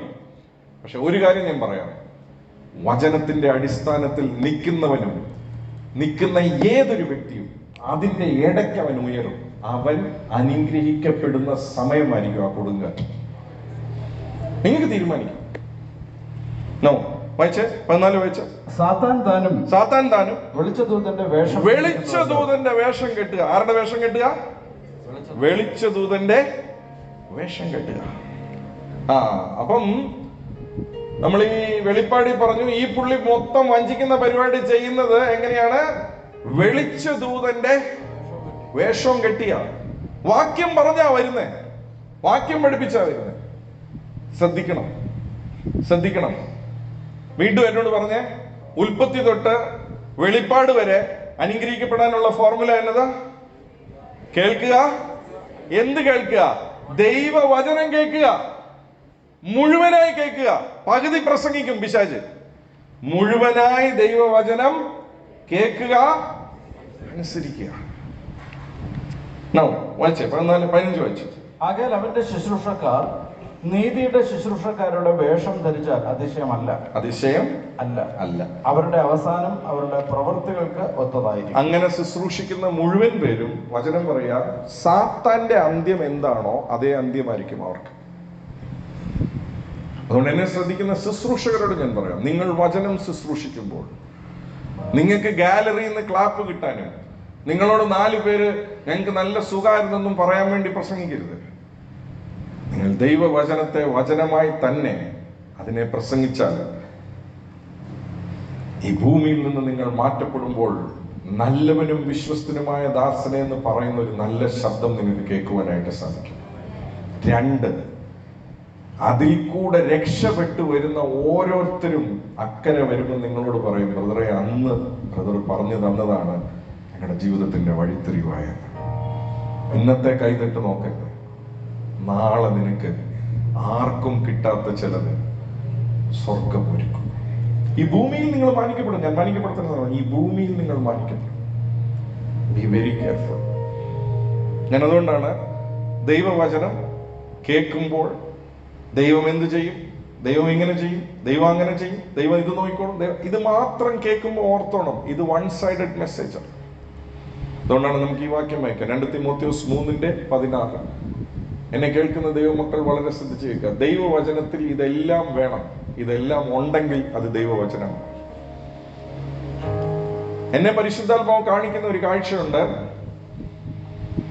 ഞാൻ ഉയർച്ച തന്നെ പ്രാപിക്കും, താഴ്ച പ്രാപിക്കത്തില്ല എന്ന് പറയുമ്പോൾ കാണിക്കുന്ന അത്രയും തന്നെ വേഗതയും അത്രയും തന്നെ രൂക്ഷവും അത്രയും തന്നെ മോട്ടിവേഷനും ദോഷത്തിന് പകരം ദോഷം ചെയ്യരുത്, ശകാരത്തിന് പകരം ശകാരം ചെയ്യരുതെന്ന് പറയുമ്പോൾ യെസ് ലോർഡ് ഐ റിസീവ്, ഞാൻ അതിന് താഴാൻ തയ്യാറാണെന്ന് അതേ വേഗത്തിലും അതേ രൂക്ഷത്തിലും അതേ മോട്ടിവേഷനും കൂടെ പറയുന്ന ഒരു സഭയെ പരിശുദ്ധാത്മാവ് എന്നെ കാണിക്കുന്നുണ്ട്. അവൻ അനുഗ്രഹം പ്രസംഗിക്കുന്നവനായിരിക്കത്തില്ല, അനുഗ്രഹം പറയുന്നവനായിരിക്കത്തില്ല. അവന്റെ ജീവിതത്തിലേക്ക് നോക്കിയാൽ ജനങ്ങൾക്ക് കാണാൻ സാധിക്കും അവന്റെ ജീവിതം ഒരു അനുഗ്രഹമാണെന്നുള്ളത്. അവനെ നോക്കിയിട്ട് ആൾക്കാർ ചോദിക്കുന്ന അവസ്ഥയിലായിരിക്കും, നിന്റെ ദൈവം ആരാണ്, എന്റെ ദൈവം ആരാണ്. യോസേഫിന്റെ കൂടെ ദൈവം ഉണ്ടായിരുന്നത് പൊത്തിഫർ കണ്ടതുപോലെ, യോസേഫിന്റെ കൂടെ ദൈവം ഉണ്ടായിരുന്നെന്നുള്ളത് ജയിലർ കണ്ടതുപോലെ, ഈ ഭൂമിയിലുള്ള ഏത് മേഖലയിലും അവൻ നടക്കുമ്പോൾ അവന്റെ കൂടെ ദൈവം ഉണ്ടെന്നുള്ളത് ലോകക്കാരന്റെ കണ്ണുകൾ കാണുകയും കേൾക്കുകയും തൊടുകയും ചെയ്യുന്ന രീതിയിലുള്ള ഒരു മാറ്റം സഭയിൽ ഉണ്ടാകാൻ പോവുക. അങ്ങനെയുള്ള ചിലരെ ദൈവം ഉയർത്താൻ പോവുക. അങ്ങനെയുള്ള ഒരു ഒരു രൂപീകരണം സഭയ്ക്കകത്തുണ്ടാകും. അതിന് മുന്നേ ഒരു കൊടുങ്കാറ്റുണ്ടാവും. That will be a filter, sir. That will be a filter. ഇതിന്ന് പ്രസംഗിച്ചതിന്റെ കാരണം യേശു ചെയ്തത് കേട്ട് പോയിട്ട് യേശു ഇനി ഇത് ചെയ്യും. ഇല്ല, യേശു ചെയ്തതിൽ നിന്ന് ഞാൻ എന്ത് ചെയ്തു? യേശു ചെയ്തതിന്റെ ബലം ഞാൻ എങ്ങനെ അനുഭവിച്ചു ഈ ഭൂമിയിൽ? യേശു ചെയ്തതിന്റെ ബലം ശാപമല്ല, യേശു ചെയ്തതിന്റെ ബലം അനുഗ്രഹമാണ്. അങ്ങനെയാണ് എന്റെ ജീവിതത്തിൽ ഞാൻ ശാപം അനുഭവിക്കുന്നുണ്ടെങ്കിൽ, എന്റെ ജീവിതത്തിൽ പോരായ്മ, ഇല്ലായ്മ, ദാരിദ്ര്യം, എന്റെ ജീവിതത്തിൽ പല മേഖലകളിലും മറ്റുള്ളവരെക്കാൾ മോശമായിട്ടുള്ള അവസ്ഥയിലാണ് ഞാൻ. Something is wrong sir. അതിന് കാരണഭൂതൻ ദൈവമല്ല, അതിന് കാരണഭൂതൻ ഞാനാണ് എന്ന് തിരിച്ചറിവ് വന്നാൽ രക്ഷപ്പെടും. തിരിച്ചറിവ് വരുന്നവരെ ഓർത്ത് ഞാൻ അപ്പായസ്ഥിതി. ഈ വാക്യം നമുക്ക് വായിക്കാം. 2 തിമോഥെയോസ് 3:16 വായിക്കപ്പെടുന്നത് ശ്രദ്ധിക്കുക. എല്ലാ തിരുവെഴുത്തും ദൈവശ്വാസീയമാകയാൽ ദൈവത്തിന്റെ മനുഷ്യൻ സകല സൽപ്രവർത്തിക്കും വക പ്രാപിച്ച് തികഞ്ഞവനാകേണ്ടതിന് ഉപദേശത്തിനും ശാസനത്തിനും ഗുണീകരണത്തിനും നീതിയിലെ അഭ്യാസത്തിനും പ്രയോജനമുള്ളത് ആകുന്നു. അപ്പൊ എന്നൊക്കെ ഉണ്ട് ദൈവജനത്തിനകത്ത്? ഉപദേശമുണ്ട്, ശാസന, ഗുണീകരണം. ശാസനം എന്ന് പറഞ്ഞാൽ കേൾക്കാൻ തന്നെ ബുദ്ധിമുട്ടല്ല നിങ്ങൾക്ക്, അല്ലേ? ഉപദേശമുണ്ട്, പ്രവചനം ഉണ്ടെന്നൊന്ന് പറഞ്ഞു നോക്കി. എന്നോ ശബ്ദമായിരിക്കും. പ്രവചനം ഉണ്ട് അതിനകത്ത്. ഈ അടിസ്ഥാനത്തിൽ പ്രവചനം എടുത്തോ, ജീവിതത്തിൽ നിറവേറും. ഈ അടിസ്ഥാനം ഇല്ലാതെ ഒരു പ്രവചനവും ജീവിതത്തിൽ നിറവേറത്തില്ല. നിറവേറുന്നത് പോലെയൊക്കെ തോന്നും, നിറവേറത്തില്ല. ഇതാണ് അടിസ്ഥാനം.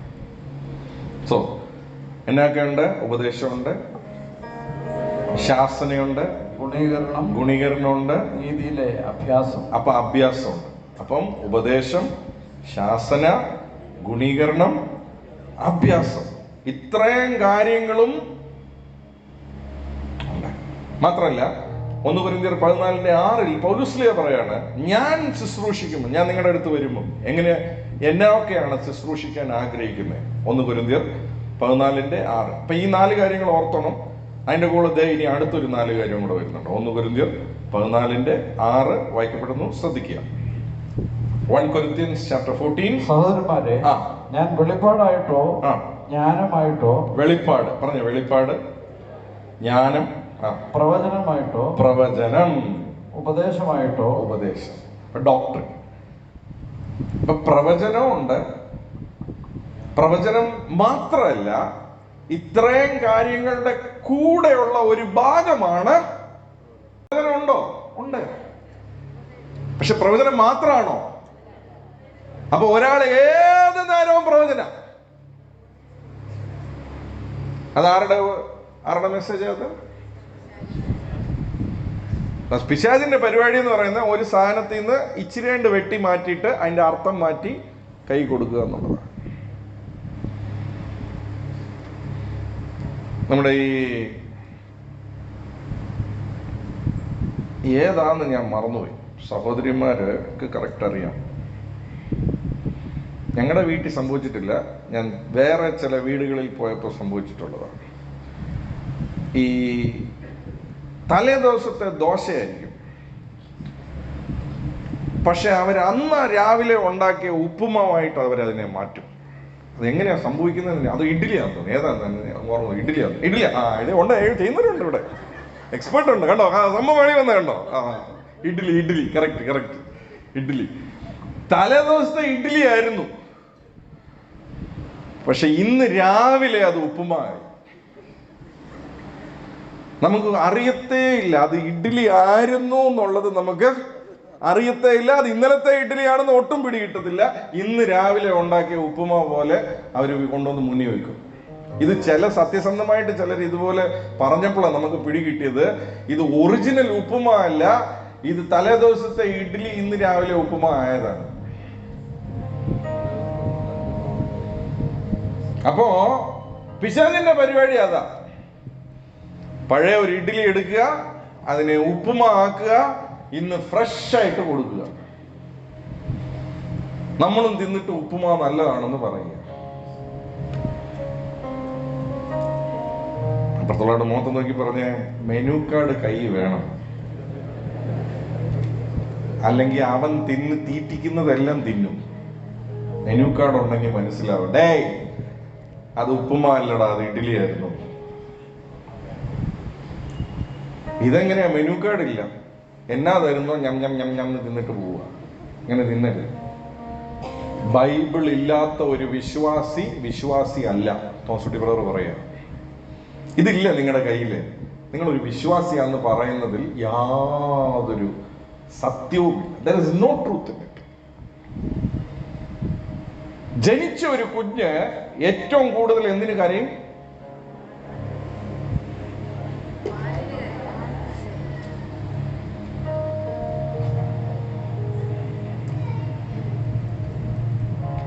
ഇതിനെക്കുറിച്ച് പറഞ്ഞിരിക്കുന്ന വചനം എന്ന മായമില്ലാത്ത പാൽ കുടിപ്പാൻ ദാഹിപ്പീൻ, വാഞ്ചിപ്പീൻ. അത് നാച്ചുറലി വരണം. വരുന്നില്ലെങ്കിൽ എവിടെയോ എൻ്റെ രക്ഷയ്ക്ക് തെറ്റുണ്ട്, കുഴപ്പം പറ്റിയിട്ടുണ്ട്, എവിടെയോ മരിച്ച അവസ്ഥയിൽ കിടപ്പുണ്ട് അകത്ത്. നമ്മുടെ രക്ഷയെ നമ്മൾ പരിശോധിക്കണം. എവിടെയോ നമുക്കൊരു മരിച്ച അവസ്ഥയിൽ നമ്മൾ അകത്ത് കയ്പായിരിക്കും, പകയായിരിക്കും, വിദ്വേഷമായിരിക്കും, നമ്മുടെ കണ്ണും കാതും എല്ലാം അടഞ്ഞു പോകും. ഒന്നും അറിയത്തില്ല. അപ്പം ഉപദേശമുണ്ട്, ശാസനയുണ്ട്, ഗുണീകരണമുണ്ട്, അഭ്യാസമുണ്ട്, വെളിപ്പാടുണ്ട്, പരിജ്ഞാനമുണ്ട്, പ്രവചനമുണ്ട്. ഇതെല്ലാത്തിൻ്റെയും കൂടെയാണ് പ്രവചനം. അല്ലാതെ പ്രവചനം എല്ലാ പ്രാവശ്യവും ഞാൻ വെറും പ്രവചനം മാത്രമല്ല പറയുന്നത്. പരിശുദ്ധാത്മാവ് എന്നോടൊരു പ്രവചന സന്ദേശം പറയുമ്പോൾ ഞാൻ ആ പ്രവചന സന്ദേശം ഉറപ്പായിട്ടും. പക്ഷെ ആരുടെ ജീവിതത്തിലാണ് നിറവേറുന്നതെന്ന് ചോദിച്ചാൽ, അതുവരെ മുന്നേ പറഞ്ഞ വചനം ഉൽപ്പത്തിയിൽ അങ്ങനെയായിരുന്നു, വെളിപ്പാടില്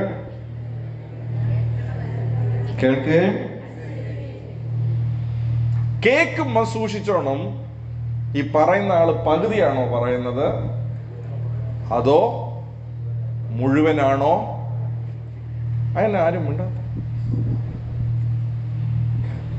ഇനി ഈ വാക്യം വായിക്കാം, നമ്മൾ പ്രാർത്ഥിക്കാൻ പോകാം. 1 പത്രോസ് 5:8. 1 Peter chapter 5 verse 8.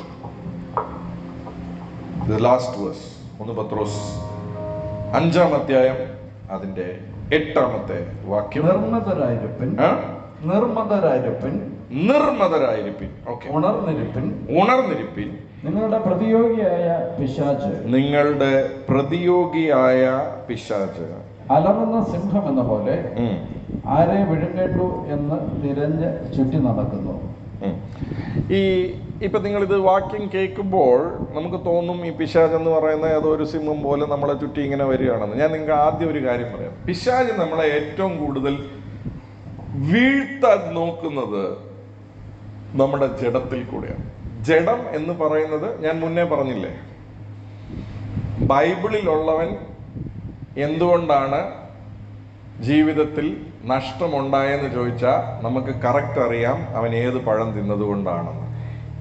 അപ്പുറത്തെ വീട്ടിലെ അമ്മാമ്മയും ഇപ്പുറത്തെ വീട്ടിലെ അച്ചാച്ചനും എന്തുകൊണ്ടാണ് സ്ട്രോക്ക് വന്നതെന്ന് ചോദിച്ചാൽ നമുക്ക് കറക്റ്റ് പറയാൻ അറിയാം അവർ എന്ത് പഴം തിന്നതുകൊണ്ടാണെന്ന്.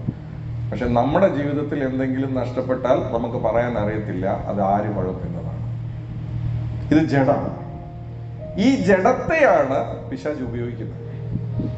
അപ്പൊ നമുക്ക് മെസ്സേജ് കേട്ടാലും, നമുക്ക് ഏത് കേട്ടാലും, ഇപ്പൊ ഇവിടുന്ന് പറയുമ്പം പറയാ, ദൈവപൈതലേ നീ ഒന്നും പേടിക്കണ്ട, നിന്റെ ജീവിതത്തിൽ ഉയർച്ച തന്നെ വരത്തുള്ളൂ, നിന്റെ ജീവിതത്തിൽ ഇതെല്ലാം മാറാൻ പോവുക, ദൈവം നിന്റെ വാതിലുകൾ തുറക്കാൻ പോവുക. അപ്പം കയ്പും പകയും എല്ലാം വെച്ചോണ്ടിരിക്കുന്ന ഒരുത്തൻ ഇത് കേട്ടോണ്ട് അവൻ ചിന്തിക്കുക, ദൈവം എന്നെ ഉയർത്താൻ പോവുക. ദൈവം ഉയർത്തത്തില്ല അവനെ. പക്ഷേ അവിടെ അതേ മെസ്സേജ് വേറൊരാൾക്ക് അപ്ലിക്കബിൾ ആയിരിക്കും. ദൈവവചനം കേൾക്കുകയും അനുസരിക്കുകയും ചെയ്യുന്ന ഒരാൾക്ക് അത് അപ്ലിക്കബിൾ ആയിരിക്കും. പക്ഷെ പ്രസംഗിക്കുന്ന ആൾ ഇത് മാത്രമേ പ്രസംഗിക്കുന്നുള്ളെങ്കിൽ വാച്ച് ഔട്ട്. അപ്പം ഇംഗ്ലീഷ് ബൈബിളിൽ പറയുക, ബി സോബർ എന്ന് പറഞ്ഞാൽ well balanced and self discipline. നമുക്കൊരു ബാലൻസ് വേണം നമ്മുടെ ജീവിതത്തിൽ, ഡിസിപ്ലിൻ വേണം നമ്മുടെ ജീവിതത്തിൽ. പ്രാർത്ഥിക്കുക എന്നുള്ളത്, വ്യക്തിപരമായ പ്രാർത്ഥനാ ജീവിതം ഒരു ഡിസിപ്ലിനാണ്. വ്യക്തിപരമായ വചന വായന ഒരു ഡിസിപ്ലിനാണ്. ഈ ഡിസിപ്ലിൻ നമ്മുടെ ജീവിതത്തിൽ ഉണ്ടെങ്കിലേ നമുക്ക് ക്രിസ്തീയ ജീവിതത്തിൽ നമുക്ക് മുന്നോട്ട് പോകാൻ പറ്റത്തുള്ളൂ. ഞാൻ കഴിഞ്ഞ ആഴ്ച പറഞ്ഞായിരുന്നല്ലോ, എന്റെ പ്രാർത്ഥന എപ്പോഴാണ് എഫക്റ്റീവ് എന്ന് ചോദിച്ചാൽ, എന്റെ പ്രാർത്ഥനയ്ക്ക് എന്നെ മാറ്റാൻ ശക്തി ഉണ്ടെങ്കിൽ എന്റെ പ്രാർത്ഥനയ്ക്ക് എന്റെ സാഹചര്യങ്ങളെ മാറ്റാൻ പറ്റും. ഞാൻ ഭയങ്കര പ്രാർത്ഥനക്കാരനാണ്, പക്ഷെ എന്റെ ജീവിതത്തിൽ ഒരു മാറ്റവും ഇല്ല. എന്റെ സാഹചര്യം എന്നായിരിക്കുമോ മാറുന്നേ പ്രവചിക്കാൻ ഞാൻ ഒരിക്കലും മാറാൻ പോകുന്നില്ല. അല്ല, മറ്റേ ആംഗിള് പറഞ്ഞ് മാറുമെന്നാണല്ലോ പറഞ്ഞു. അത് ആംഗിളോട് പോയി ചോദിച്ചു. ഈ അങ്കിൾ ഇതേ പറയത്തു,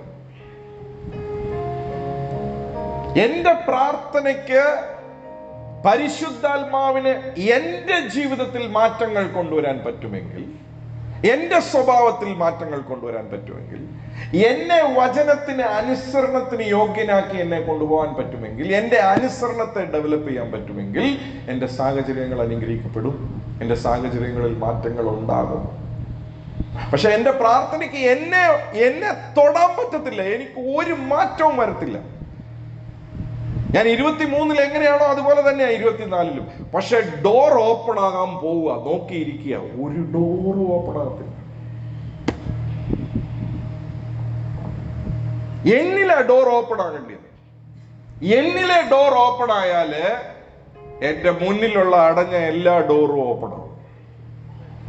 എന്നിൽ പുതിയ ജീവൻ വ്യാപരിച്ചാൽ ഈ വർഷത്തിൽ എനിക്ക് പുതിയ ജീവൻ ബാക്കിയുള്ള സാഹചര്യങ്ങളിൽ വ്യാപരിക്കും. ഇന്നെന്നെ കേൾക്കുന്ന ഓരോരുത്തരോടും ഞാൻ പറയാം, ഇന്ന് കേട്ട ഈ ദൈവവചനം, എനിക്കറിയാം നിങ്ങൾക്ക് അത് ഭയങ്കര സൂചിപ്പിക്കുന്ന വചനമായിരിക്കത്തില്ല, എനിക്കറിയാം. പക്ഷെ ചില വർഷങ്ങൾക്ക് മുമ്പേ എന്റെ ജീവിതത്തെ ട്രാക്കിലോട്ട് മാറ്റിയ ചില സത്യങ്ങളാണ് ഞാൻ നിങ്ങളോട് പങ്കുവെച്ചത്. കഴിഞ്ഞ ദിവസം പരിശുദ്ധാത്മാവ് എന്നോട് വളരെ വ്യക്തമായി പറഞ്ഞു, ഇന്ന് പ്രസംഗിക്കുന്നവര് മുഴുവൻ ബലം മാത്രം പ്രസംഗിക്കുക. അതിന്റെ കാരണം അവർ പ്രസംഗിക്കാൻ താല്പര്യപ്പെടുന്നില്ല. പക്ഷെ കാരണം കൂടാതെ ശാപം വസിക്കത്തില്ല എന്ന് പറഞ്ഞതുപോലെ തന്നെ കാരണം കൂടാതെ അനുഗ്രഹവും വസിക്കത്തില്ല. ഞാൻ നിങ്ങളുടെ മുന്നിൽ വെച്ചു, നിങ്ങൾക്ക് എടുക്കാം, തിരഞ്ഞെടുക്കാം, ദൂരെ കളയാം, പോസിറ്റീവ് പറയാം, മോശം പറയാം, എന്നാ വേണമെങ്കിലും പറയാം. പക്ഷെ ഇന്നല്ല, നാളെയല്ല, നാളെ കഴിഞ്ഞല്ല, യേശുവിന്റെ വരവോളോ ഒരു ഗ്യാരണ്ടി ഞാൻ പറയാം, ഞാൻ ഇന്ന് പ്രസംഗിച്ച വചനം മാറത്തില്ല. ഞാൻ പ്രസംഗിച്ചത് ഇതിൽ നിന്ന് മുഴുവനായി തന്നെയാണ് പ്രസംഗിച്ചത്. മുഴുവനായി പ്രസംഗിക്കുമ്പോൾ നമുക്ക് കേൾക്കാൻ വലിയ സുഖമില്ല. പക്ഷെ ഞാനൊരു കാര്യം പറയാം, ആ വചനം അനുസരിച്ചാൽ നമ്മുടെ ജീവിതം സുഖമാവും.